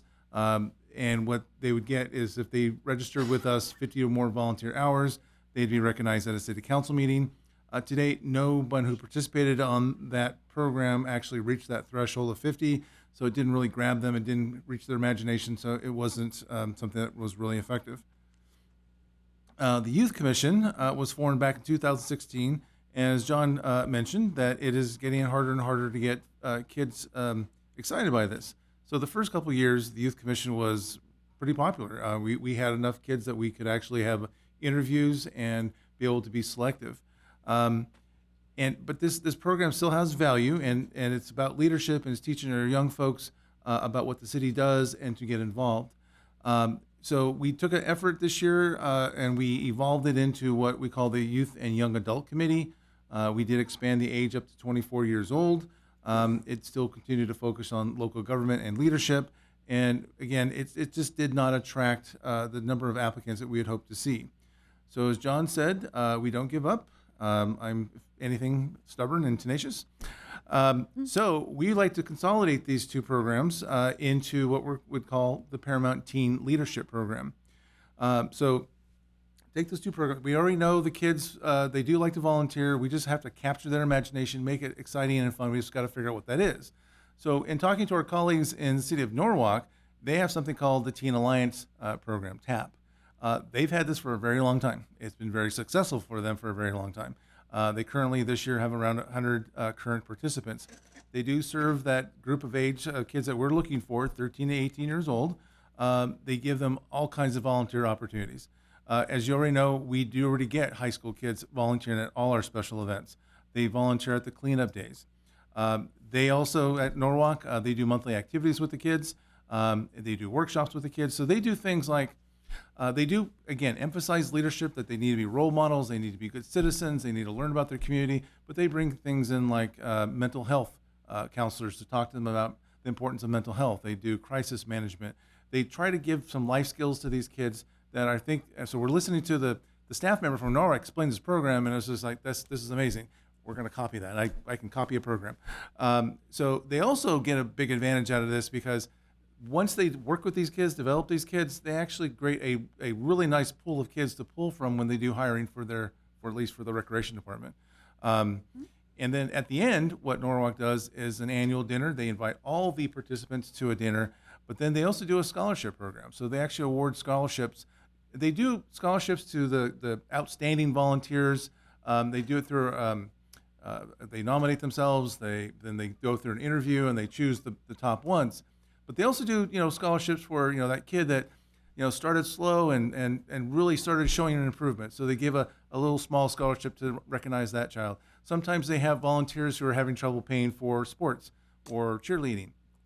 They'll sometimes try to create little scholarships for them as well. So I was really excited about how this was presented, and I think this can really work here. So our Paramount Teen Leadership Program, PTL, again, we want to be incredibly supportive of our teen population. We want them to develop those leadership skills. So we do want to focus on that 13 to 18-year-old range. That's our 9th to 12th graders. We would obviously market this program heavily at Paramount High School, working with the school district, Odyssey. Now our 4 middle school kids, so these are our 8th graders. As those 8th graders are going to advance into 9th grade, we're going to market to those 8th graders and say, this is an amazing opportunity for you guys to get involved in. And as I mentioned, we already have these volunteers. We just need to capture them and say, look, you need to join this really cool program over here. These are the benefits, especially that idea of possibly a small scholarship or a large scholarship.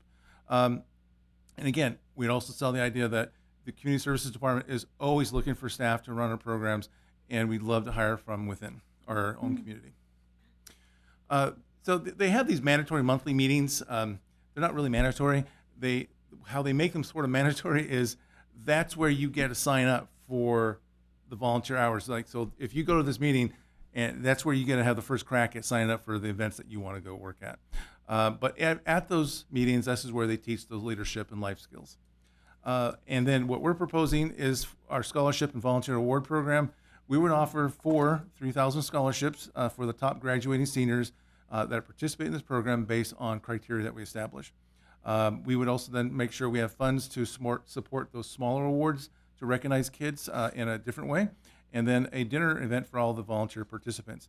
Now they also have, we do promotional materials. So I know in Norwalk, they were describing how they create different colored shirts. So like the newbies who join the program have to wear a certain color, and then the older ones wear another color, and everybody wants to get to that other color shirt. So it's kind of a competitive, fun process. We'd like to replicate that as well.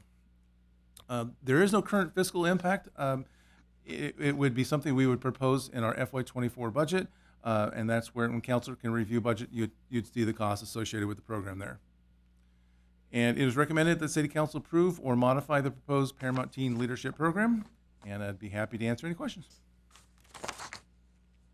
It's great, David. Questions or comments? Yeah, I have a quick one. Do you want to go first? Go ahead. Yeah. Hey, Dave, thank you for allowing 3 times the charm. I think the 3rd time this is going to work. Where do the funds come from for the scholarship?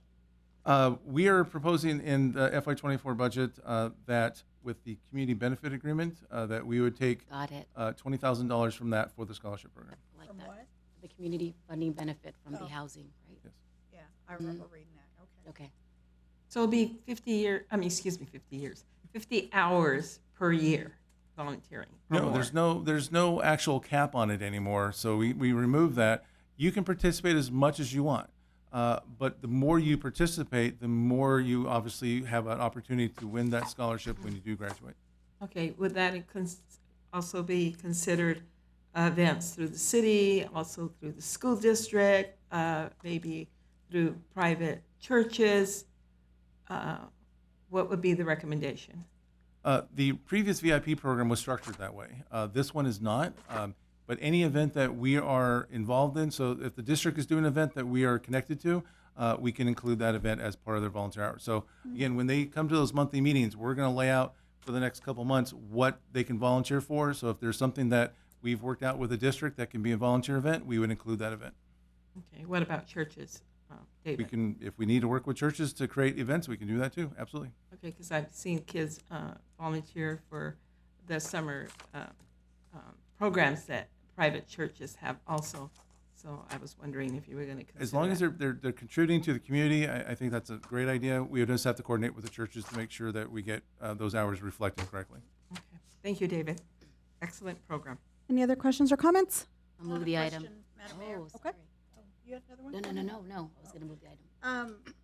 My question is about the scholarships, David, and the possible overlap with the PEP program, because I would think that they might be kind of the same student pool. If they are eligible for this one, would they also still be eligible for PEP, or are you going to make it one or the other? It was not my intention to make it one or the other. If you're an amazing student that can earn a PEP scholarship, but you're also an amazing volunteer, I say you get both. But we do see generally is like the top 5 volunteers through the program we currently have when we recognize them with a banner. They don't tend to always be the top 25 students. Yeah, in the academic, I know, I know that we had some issues in the past where people had multiple scholarships and there was a problem with the PEP scholarship, but I think it was more in line with the full ride ones. Do you recall that? Yeah. Incident? So I just wanted to be clear that when we lay it out, that they know no one won't interfere with the other. If you want to go for the gusto, you can go for both. If you're an amazing student, you should be rewarded for that. Okay, thank you. I'll move the item. I'll second. Did you get that, Heidi? Yes, thank you. Roll call, please. Councilmember Lemons? Yes. Councilmember Olmos? Yes. Councilmember Quer Stallings? Yes. Vice Mayor Delgadillo? Yes. Mayor Aguayo? Yes. Okay, we're actually going to go ahead and we received another public comment. We're going to Yes, we did, Madam Mayor. Yes, we're going to go ahead and proceed with that one. Okay, Madam Mayor. We did have a public comments speaker's card that came in after public comment, so the mayor would like to entertain that right now.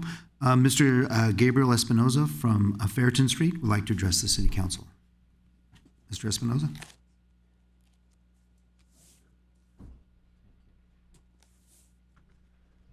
Thank you. I just wanted to come up here to make an announcement of active investigation.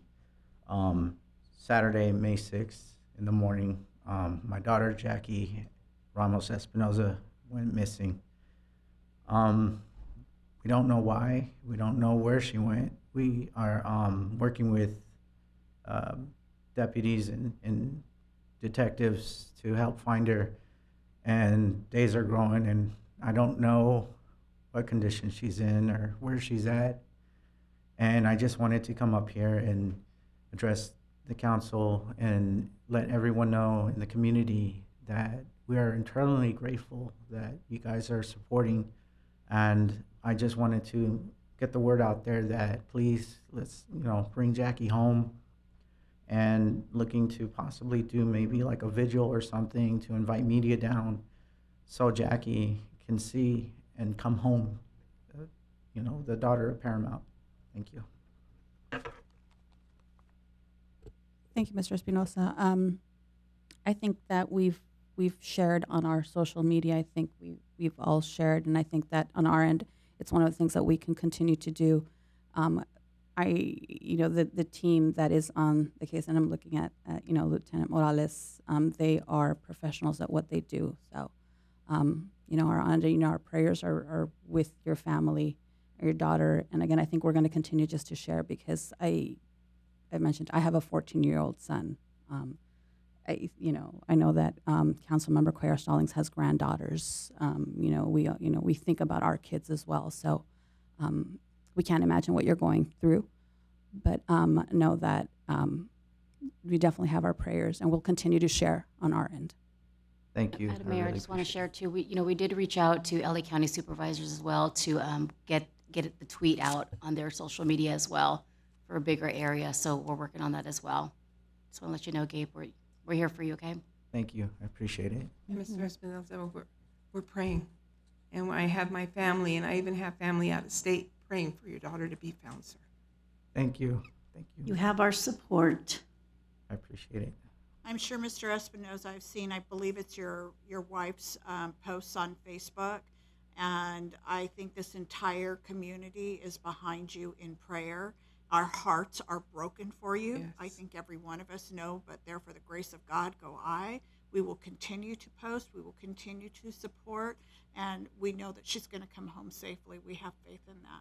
And thank you for coming and making it even more public in this venue. Thank you. I appreciate it. Honestly, eternally grateful. Thank you, sir.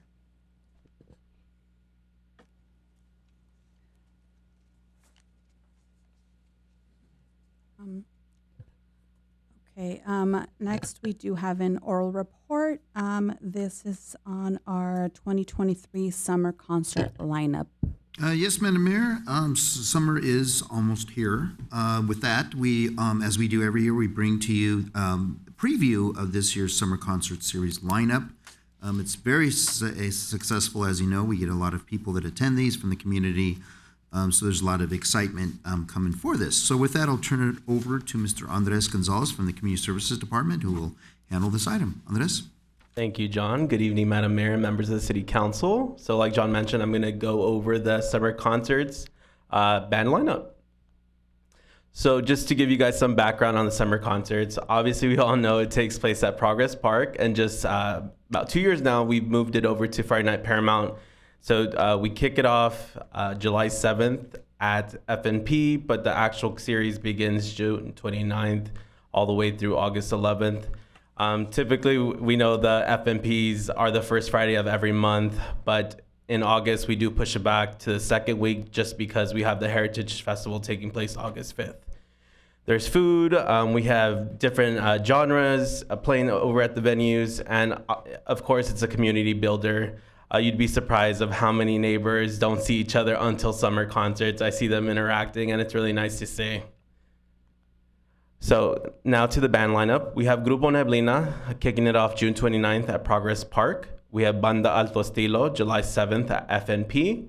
We have Eclectic July 13th at Progress Park. Dreaming of You July 20th at Progress Park.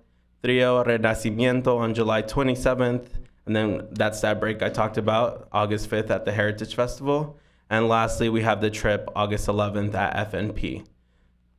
So now I'm going to go into a little bit more detail on what type of genre it is. And all the concerts taking place at Progress Park will begin at 6:30 p.m., but we always put that 6 p.m. time so people can come on, kind of prep their area, get their snacks that they need, and get their dancing shoes ready.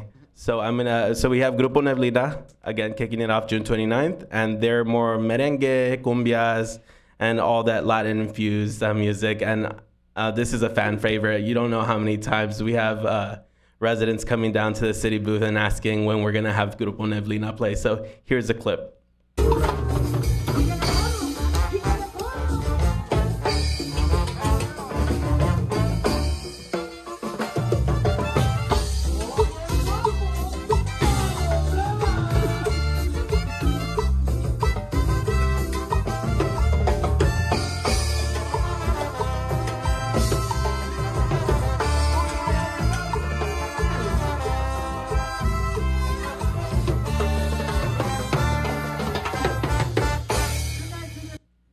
So obviously you guys can see it's definitely a fan favorite. Look at all those residents at Progress Park with that beautiful sunset. Next we have Banda Alto Estilo. They're kicking it off at Friday Night Paramount, July 7th. We all know that FNP is from 5 to 9 p.m. We do like to start the bands a little bit later, so they start at 7 p.m. just because people are getting off of work. They usually don't get to the Friday night market until about 6:30. So we just want people to get there, like I said, grab their snacks and kind of secure their area for the banda. So here's a clip.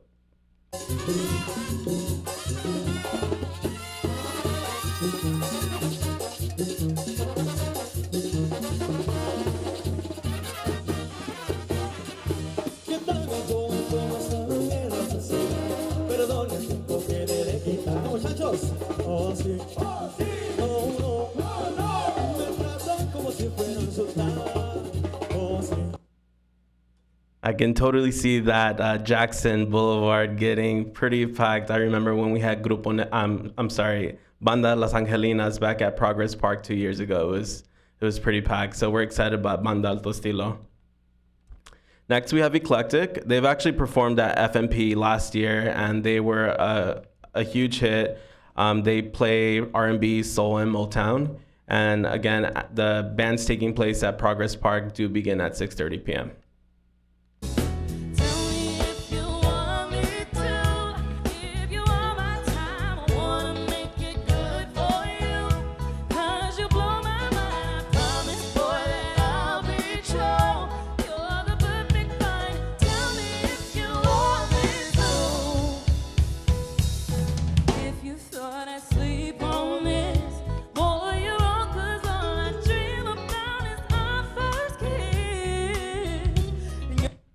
And that is Eclectic.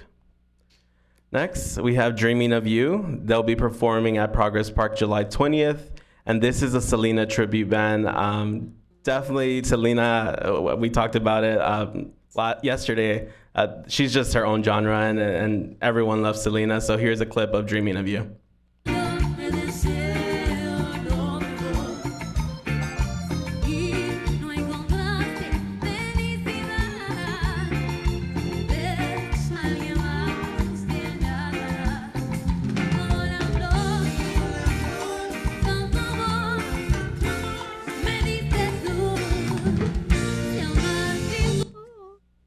And that is Dreaming of You.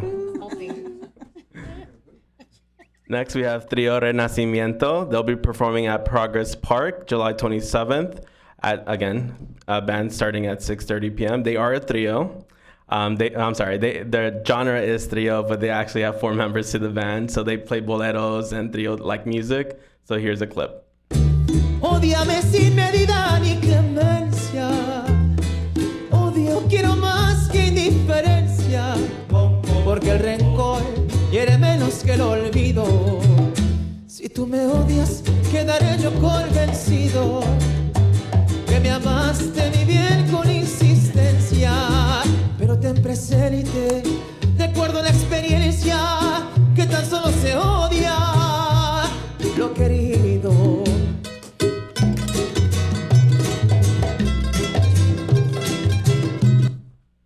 This band actually covers Johnny Cash, so it's really cool. I hope they perform that at our summer concerts.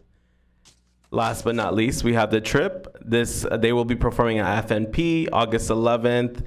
Again, FNP is from 5 to 9 p.m., but the start time for our bands, we like to start at 7 p.m., and this is a classic rock band.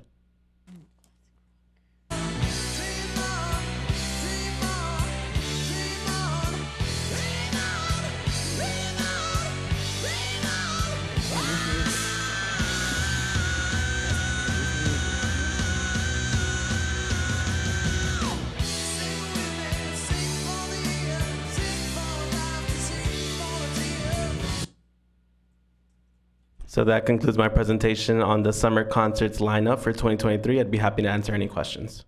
Questions or comments? Awesome. Looks like a wonderful lineup. Can't wait. We are all excited. Thank you. All right, so that was an oral report, so no action is needed. So we are almost at the end of the regular council meeting. So next we have Resolution 23017, adopting the fund balance policy. Can we please have a report? Yes, Madam Mayor. Over the past few years, we've been extremely fortunate enough to post record surpluses after each budget year. As a result, there's no better time than now to develop very structured policies on how we save or put aside these extra taxpayer dollars. This is something that our new, well, she's not new anymore, our new finance director brought to my attention a few months ago. So tonight we're requesting your approval on a very comprehensive fund balance policy, and you'll find this policy to be both conservative and sensible. So with that, I'll turn it over to our finance director, Ms. Kim Sao, who will walk you through that. And Kim? Thank you, John. Good evening, Madam Mayor and council members. I'm happy to present the fund balance policy for council's approval tonight.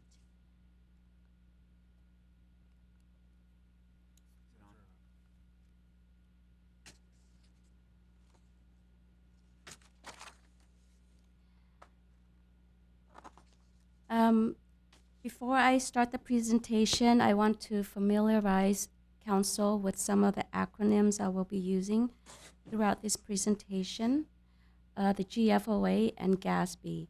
The GFOA stands for Government Finance Officers Association. It was founded in 1906 to represent public finance officials, and they have more than 20,000 members. And the mission is to advance excellence in public finance. GASB stands for Governmental Accounting Standards Board. It was founded in 1984 and is independent private sector organization. Its mission is to establish and improve financial and reporting standards for state and local governments. And they adhere to generally accepted accounting principles known as GAAP. So the GFOA recommends that local governments establish a formal fund balance policy that is to be approved by the policy-making body, which is the City Council. And the purpose is to mitigate current and future risks. And it focuses mainly on the general fund, but we also have included policies for the water fund and the equipment replacement fund. The policy outlines the purpose, the use, and the replenishment of the reserve. Having a fund balance policy will also improve the financial report for users and stakeholders such as the city's bondholders. And having a policy also gives the ability to plan ahead, not just for next year's budget, but 5 to 10 years from now. So as we set the fund balance policy, it is important to know what a fund balance is. The fund balance is a term that is used to describe the net position of a government fund or a measure of financial resources available in a fund. Depending on the context, there is a slight difference between a budgetary fund and GAAP fund balance. For example, during the budget process, fund balance refers to the accumulation of resources. Typically, when we start the budget, we would look at our beginning fund balance, which we call the beginning, or our beginning resource, which we call the beginning fund balance.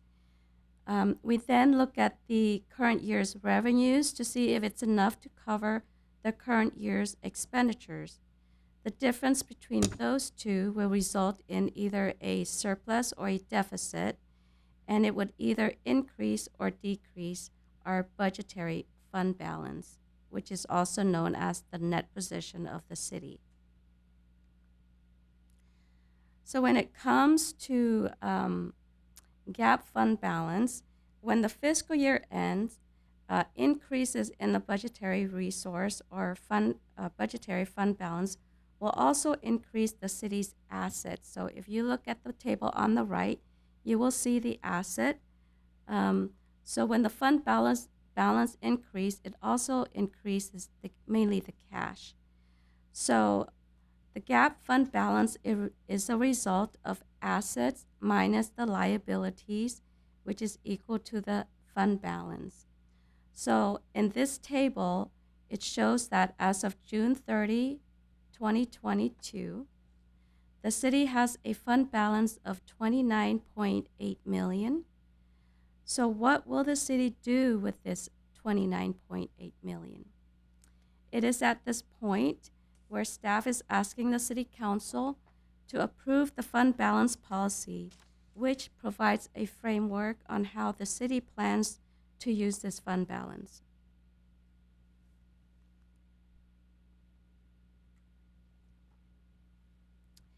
In 2010, GASB issued a statement number 54, which outlines how the local government should categorize their fund balance.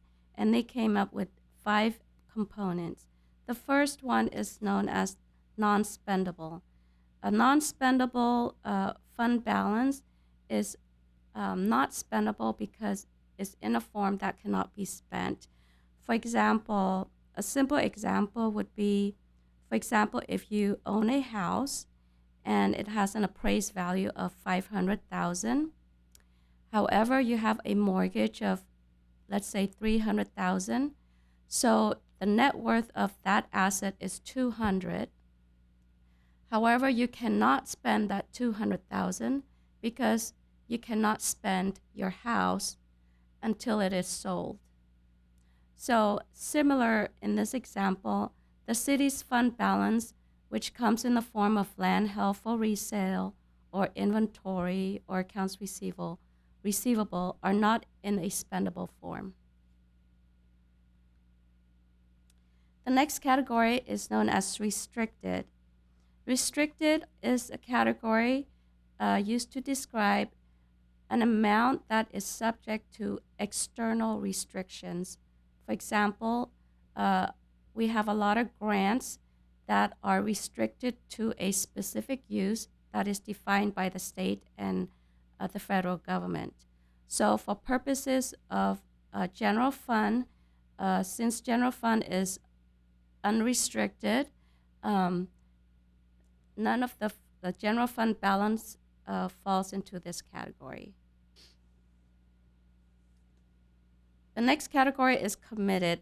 It's an amount set aside for a specific purpose by the city council action.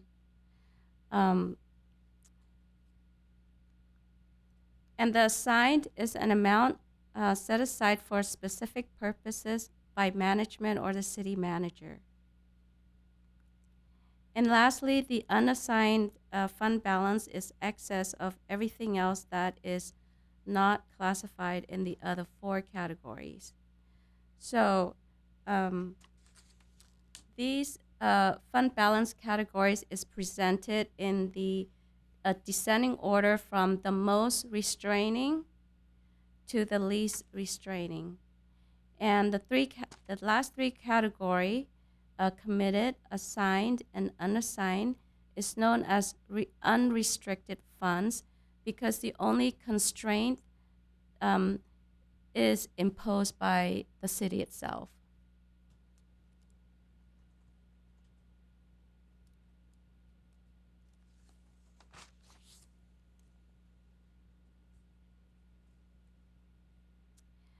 Okay, the next slide is a presentation of our current fund balance as of June 30, 2022. In this picture, you will see that non-spendable fund balance is about $420,000. The assigned fund balance is about $20 million, and unassigned is $19 million. So there is no amount in the committed category.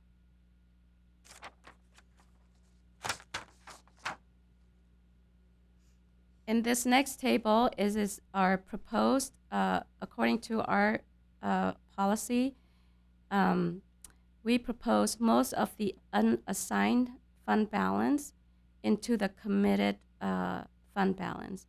In this table, it shows $23.3 million in committed fund balance, $10.8 million in assigned fund balance, and the remaining of 7.8 is unassigned, for a total of estimated total of $36 million.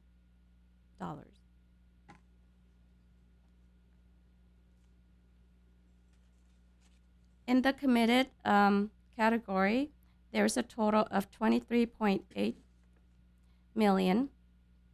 So it is at this time where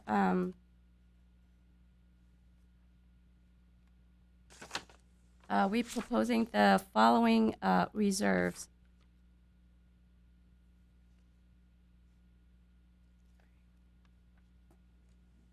The operating reserve is proposed. For the operating reserve, it is proposed that the city shall set aside a reserve equal to 50% of the general operating budget. general fund operating budget, which is about $16.6 million. The purpose is to mitigate revenue shortfalls for various emergencies and unforeseen circumstances, and is to be used as a final course of action when no other reserves are available to balance the annual operating budget to meet core services. Next, it is proposed that the city shall set aside a reserve for economic uncertainty equal to 10% of the operating budget, which is about $3.3 million. And the purpose is to mitigate revenue shortfalls due to fluctuations in the economy and unforeseen disaster or actions taken by the state or federal government. And access to use this fund shall be prompted by a resolution of the City Council declaring an emergency, or when there is a significant decrease of more than 10% in the general fund revenue. And the money is also to be used for core services. And lastly, it is proposed that the City Council set aside a reserve for infrastructure and facilities emergency that is equal to 10% of the operating budget, which is about $3.3 million. And this money is used to repair or rebuild city streets, hardscapes, facilities, communication and IT systems to meet emergency expenditures due to flood, fire, earthquake, or other disasters. In the assigned category, a total of $10.8 million includes the following. For compensated absences, money is set aside to pay for liabilities derived from the employee's accrued leaves, such as sick leave, vacation, and other compensated leave balances. And as of June 30, 2022, the compensated absence liabilities in the financial report equals $731,000. We also propose to set aside money to pay down long-term liabilities that include pension and other post-employment benefits known as OPEB. The city manager's goal is to pay down at least 70% of these total liabilities. Next is the self-insurance reserve. The city currently is a member of the California Joint Powers Insurance Authority. In addition to the purchase insurance, management wants to set aside $800,000 to protect against losses that exceed or is excluded from the current insurance policy. For the CIP reserve, the city manager has established this reserve for future capital projects, and this amount is replenished as needed according to available resources. The continuing appropriation is a management and accounting tool to set aside unexpended appropriation for CIP that was already approved by the City Council and is to be carried over to be completed in the next fiscal year. Finally, under the city manager's authority, we have set aside $500,000 to fulfill other special projects.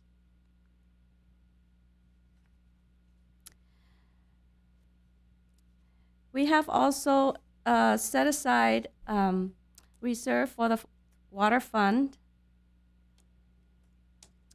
For the water fund, we propose to maintain a 2-month reserve, which is equal to 17% of the operating budget. The purpose is to mitigate revenue shortfalls due to economic downturns and financial hardships for various reasons.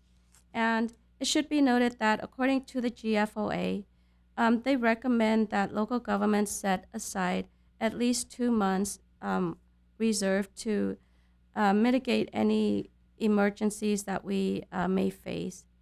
And as of June 30, 2022, the water fund has a fund balance of $3,239,458, which meets the policy's 2-month minimum of $2.7 million.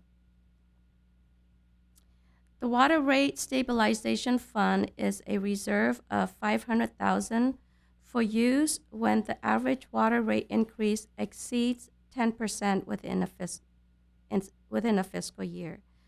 The rate stabilization will be used to limit the average rate increase to no more than 10% for that year.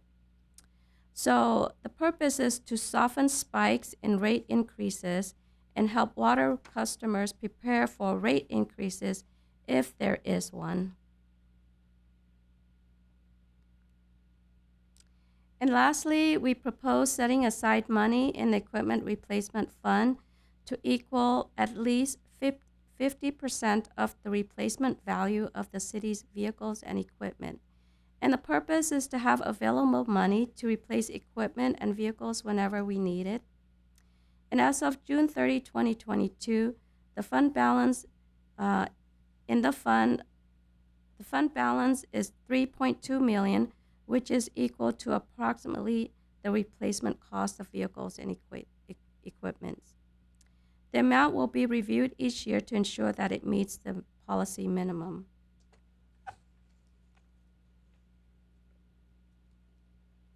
So in summary, staff is requesting City Council to approve the fund balance policy, which set aside money in various categories in the general fund, the water fund, and the equipment replacement fund. And amounts in each of these reserves will be adjusted annually in accordance with the policy. And it should be noted that the amounts committed by the City Council can only be used by the same authority of the City Council.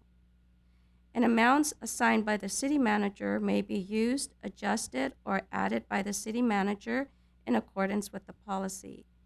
And the Water Fund and Equipment Replacement Fund reserves will be monitored and maintained annually as well. So this concludes my presentation, and it is recommended that the City Council read by title only and adopt Resolution 23017. Thank you. Thank you, Kim. Do my colleagues have any questions or comments? I move the item. There. Roll call, Heidi, please. Councilmember Lemons? Yes. Councilmember Olmos? Yes. Councilmember Quer Stallings? Yes. Vice Mayor Delgadillo? Yes. Mayor Aguayo? Yes. Okay, now for our environmental sustainability portion, we do have an oral report. And this is an update on the community outreach campaign for Clean Power Alliance tier adjustment.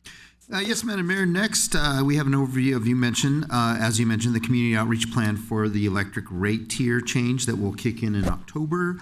The City Council requested that we have a comprehensive communications plan, if you recall, to give the residents and business every option that's available before them, before the rate actually kicks in.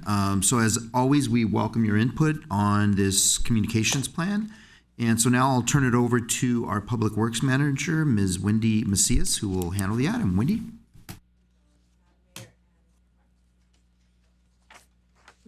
Thank you, John. Madam Mayor and council members, I have a short presentation.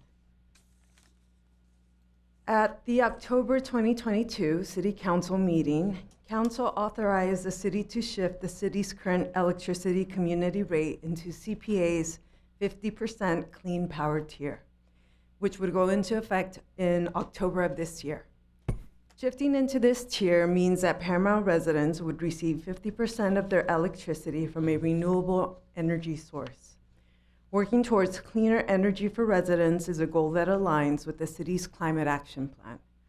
The electricity comes from sources that don't involve the burning of fossil fuels, which is a leading cause of global warming. It is likely that the shift into 50% renewable energy might come at a slightly higher cost to residents.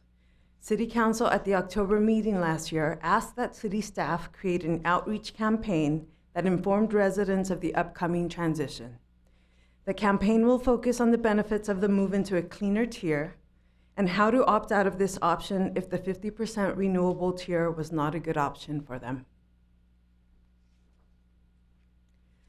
The goal of the outreach campaign is to be transparent with our residents on why this is an important move. We also want them to know what their options are throughout throughout this process, specifically that they can choose to opt out.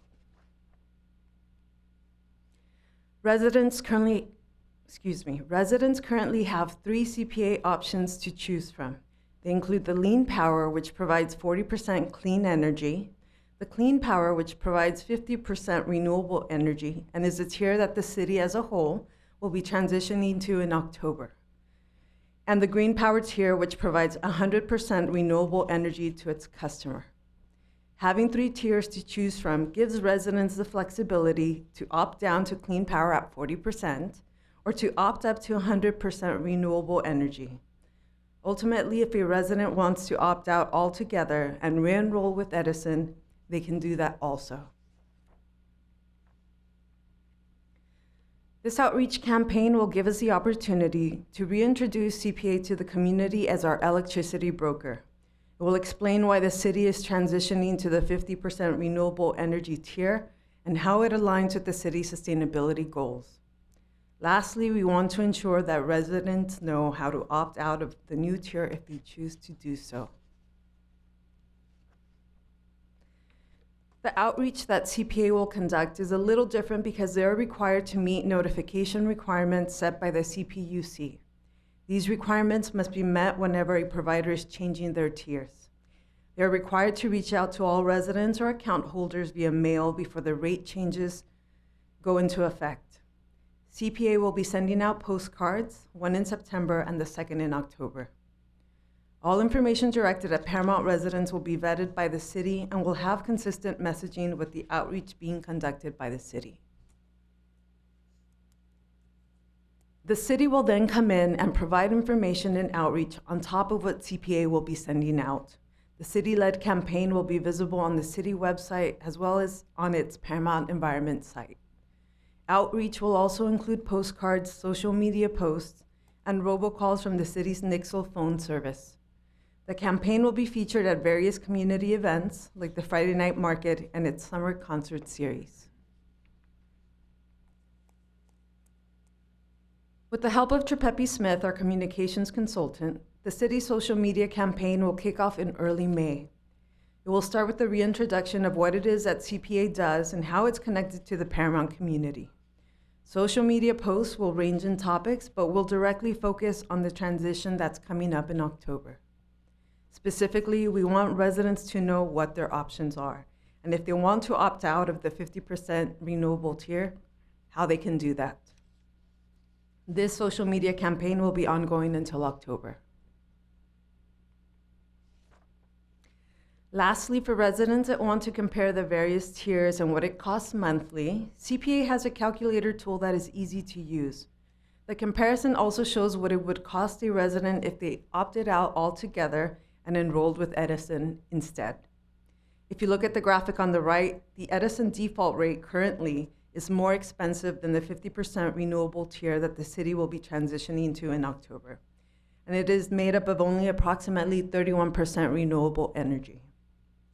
I do also want to mention that this is based on current rates, and because Southern California Edison is known to change their rates frequently, there could be quite a fluctuation in the comparisons. For CPA, rates are expected to change later in the year. This concludes my presentation. I'd be glad to answer any questions. I also want to let you know that Dahlia Gomez from CPA is in the audience in case anybody has any questions. Any questions or comments, colleagues? No? Okay.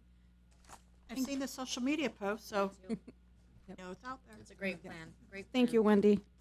Okay, so that is also an oral report, so no action is needed. Okay, so we are actually moving on to council member comments. Okay. So let's go ahead and we're going to go ahead and start with council member Cuellar Stallings. Oh, okay. Well, good thing I'm ready. Okay. Well, good evening, everyone. It's been a very productive 2 weeks.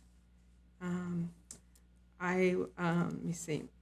The mayor and I were invited to attend the re-grand opening at Northgate Market last week, and it was the 17th anniversary.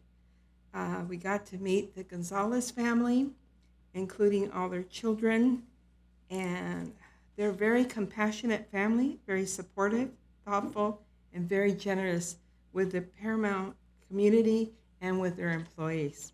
I was very impressed. They even had mariachi music, and I was dancing, of course. So anyway, also I was very happy and very honored to be able to be part of the COG interview panel for selecting our new director for COG this past week. So hopefully we'll have a new director before Nancy retires the end of June.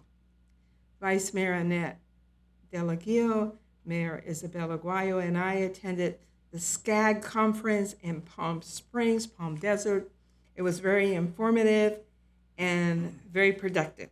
So we had 3 days, Annette? Almost 3 days. 2.5 days. Yeah.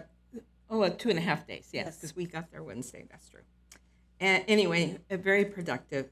And I came late to the Friday night market, but seemed like it was well attended, David, with residents and visitors from other cities. I was kind of tired from driving, but I disguised myself in sweatpants and sweatshirt and tennis shoes and went out to the Friday night market. And Mayor Aguayo and I and our city manager attended the West Anna Ana Branch Metro meeting with Supervisor Janice Hahn yesterday, and there were several representatives from cities of the Southeast region. It was very productive. It seems like they have a great plan, and they discussed the budget and other items regarding the Santa Ana West branch of the Metro. And I think it's going to come around, but it's going to take a few more years and a few more $1 billion. I think $3.3 billion plus $3 more billion. So anyway, it's just been a great week. I know that I missed a couple of city events, but I had to attend these other conference, but I'm very grateful to represent our city and represent our residents. Thank you. That's all I have, Mayor Aguayo. Okay, Councilmember Lemons? I went to Alas Kitchen and Bar Restaurant on Cinco de Mayo and enjoyed time with the owners, Lydia and Hector. The restaurant is located at 15516 Paramount Boulevard. It's actually been there for 7 years, but they had a grand reopening to celebrate the remodeling. So if you've been there before, go take a look at the upgrades. And if you haven't been there, go try it out. I understand the specialty of the house is a taco plate that has a variety of tacos throughout the region. Okay, Councilmember Olmos? Okay, yeah, we'll make this really fast. Madam Mayor, I continued my education program for our water education Latinos. I'm up to session 6. I'll be graduating next month, thank God. This topic was based on finance and water. I would think of you, Adriana, when I go to these sessions, I really do. We met with the CEO of Metropolitan Water District, and he talked about the cost of infrastructure access and actually the cost to buy water, how much it costs for local cities to purchase water. And that kind of goes back to your presentation today. When we talk about water rates and stability, I mean, it has a lot to do with it and how expensive it is. So, yeah, we'll continue again. We'll be graduating next month, and I can't wait. Last Friday, I was actually a keynote speaker at an event at the LA Convention Center. It was called Girls to Growing Empowerment, and actually, I was a keynote speaker with somebody who's on Netflix, so I kind of felt important because she was like a movie star and I was just there. But I was happy to represent Paramount and to share that I was with the all-female council. I think the girls really enjoyed that. There's about 600 girls there from different schools in LA County. It was just a really great event. And I brought the book, so if you guys ever want to understand this organization, they're just a great organization, and they just bring up teens, just letting them know that all things are possible. And our stories were really good. I also attended my local government commission meeting, a lot of talk about SB 1383, just about, again, the cost and why it's so important. We talked about what each city does. I talked about some of the pails that we left, some of the workshops that we did for our communities, and we asked the Public Works Department from LA County, like, what were their best practices? Like, what did they tell their residents? And they were telling me that they actually explained to the residents the importance of why we're doing it, that we're running out of landfills, right? I mean, the environment. I mean, so they kind of brought up a lot of topics. Adriana, again, I always think about you when I go to these meetings. Councilmember Cuellar Stallings and I attended the Rosary drill. Thank you to Lieutenant Morales and Deputy Rodriguez for doing that for our community school. We really appreciate that. And I attended National Day of Prayer, and it was located in here. We had 10 pastors from different congregations. We had our city, we had our chamber. It was just kind of amazing to have all these people in one room. And, you know, I think we should invite the school district to come out and be a part of this. I mean, the chamber was actually up here doing a prayer, Barbara. So it kind of like made that little round circle, right? The residents, the city, Yes. the schools, the congregation. I mean, we need to maybe invite the school district if we can, but we should talk to the preachers about that because I know it's not our event. That's all I have, Madam Mayor. Okay. Vice Mayor Delgadillo? Yes, ma'am. Madam Mayor, I attended the play production Diary of Anne Frank at the Long Beach Playhouse. This play was sponsored by Pathways. Anne Frank's diary was a powerful reminder of the horrors of war and an eloquent testament to the human spirit. Thank you, Pathways, for this production. I also attended another play production titled Dirty Bean, Water, and Tea at the Paramount High School. This play was presented by the Theater Department and Drama Club. Thank you, students, for such a wonderful production and sharing your talents. And a special thank you to Miss Elizabeth Aldave, who is the instructor, designer, and director. Also, Ms. Aldave personally wrote the original play. Councilmember Cuellar Stallings' granddaughter, Alyssa, was a character in the play. Well, council member, you have an actress in the family. Finally, I attended the Southern California Association of Governments 58th Annual Regional Conference and General Assembly, also known as SCAG. The conference addressed the future of electric vehicles in California. By 2035, California will require all new cars sold in the state to be zero-emission vehicles. There also was a demonstration of interactive display of all-electric, alternative fuel vehicles, and e-bikes. That's all. That concludes my report, Madam Mayor. Thank Madam you. Mayor, I forgot to say something. Happy Mother's Day Yes. to my colleagues and to everybody out there. I just thank remember that it's you. going to be Mother's Day, so happy Mother's Day. I was going to say that at the end, but I didn't want to forget. Okay, so I did attend the Northgate grand reopening. There was a lot of people there really early. As soon as the doors opened, people were coming in, but they did have a mariachi, and it was great to meet the family and see how just their vision and how they really just, their heart is in the community. And they have employees that were there when they first opened, so they haven't left. They really, and again, it's because of the community. It was one of the things that we kept hearing. So I did a little thing. I was actually at World Energy the day the governor came to visit, and it was great to share with him just what our community is doing, not just not just talking about World Energy and the permits and all of that, but just our community itself. And I think it speaks volumes that he's been to our city twice in less than 2 years. And his staff was saying that that's almost unheard of, in particular for small communities like ours. So, I really do think, Paramount is definitely being noticed. And, we're, because of the great things that are happening here. I've been really busy. When my colleague said I was going to be busy, that was an understatement. I have not stopped, but I was at the Water Replenishment District addressing their board about this increase that they wanted to come our way. It was actually an 8.7 increase in water, which is almost 10%. It is a lot. So I was there with Steve Croft of Lakewood, along with a lot of other colleagues and representatives from from our area, the surrounding cities. I think it was about 44 different agencies had actually signed on to, just oppose this rate. In the end, they brought it down to a 3.1. It is a big difference. So it's good to see so many just colleagues, and like to say that we are definitely all on the same page, and we are all wanting to take care of our communities and our residents. And that, I think, is where we are being noticed. Like they say, we're all rowing in the same direction. Let's see, I did so many things. The National Day of Prayer, it was so powerful for me, and I've shared this with a number of people. It probably is one of the top 3 things that has really just touched me just on council. It was great to see just so many people. It was moved from outside inside because of the rain, but it was full. It was full in here, so it was definitely powerful.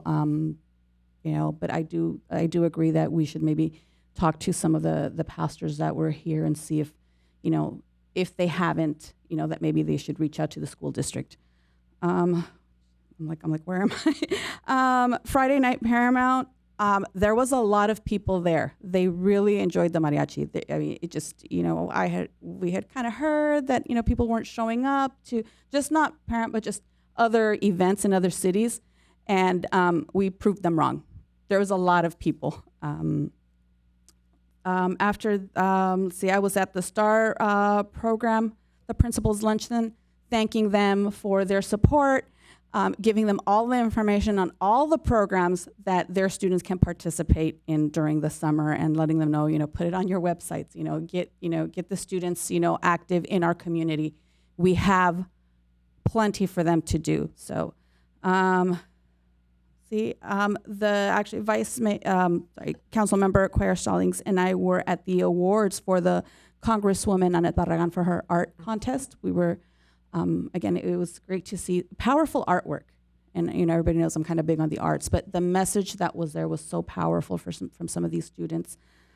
She didn't have too many entries, but again, she was saying is maybe just this shift in, all of the new, the new areas she has. But again, the artwork that was there was really powerful. And it was the student that won the top prize was from San Pedro, $4,500.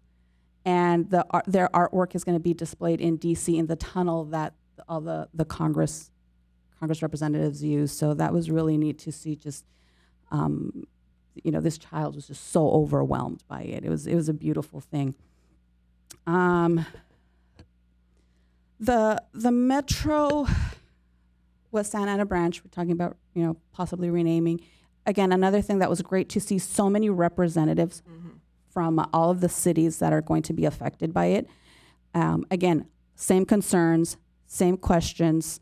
Janice Hahn, big advocate, and Metro was there, and she was asking the same questions we have, but again, everybody rowing in the same direction, and that makes a statement.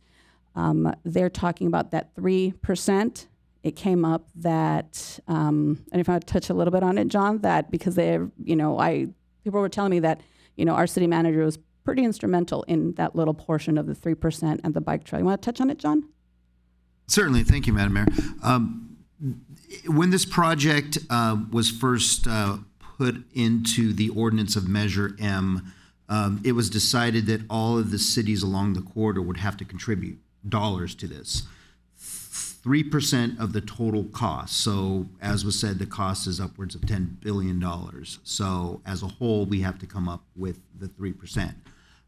It's not cheap, obviously.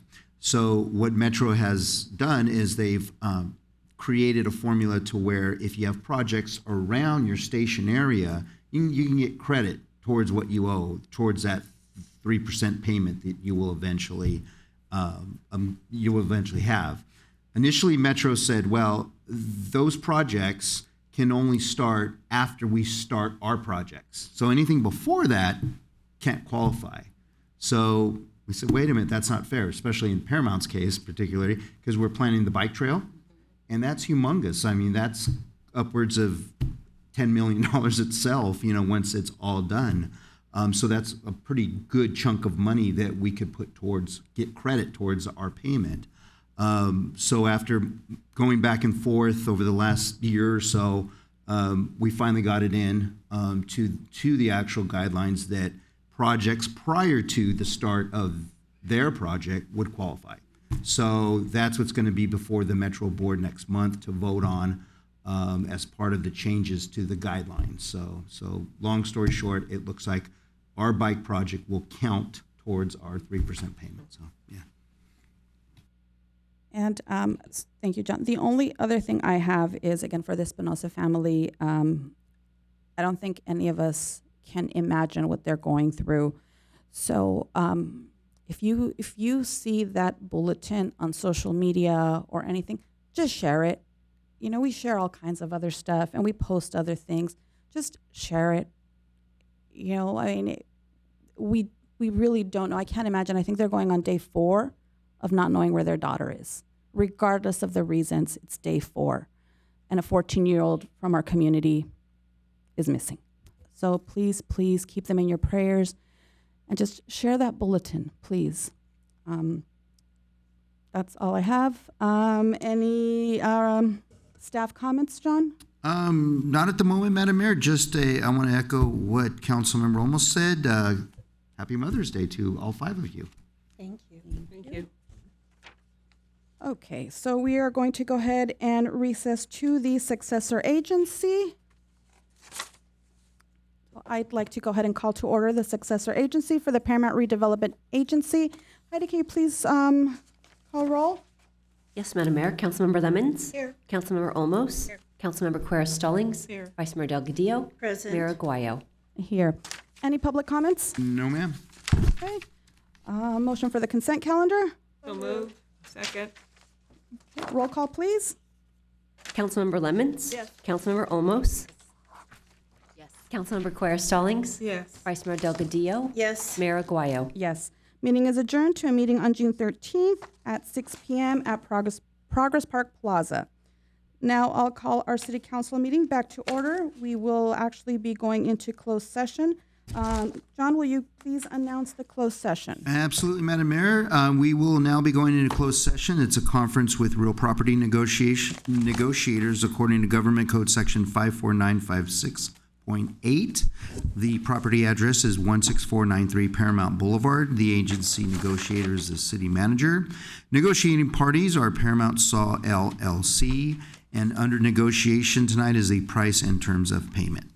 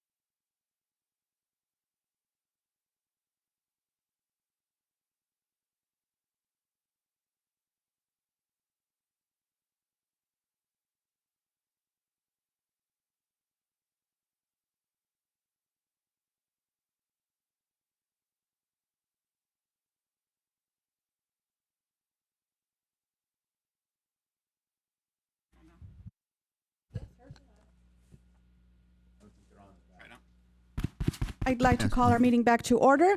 City Attorney, will you please report on the closed session?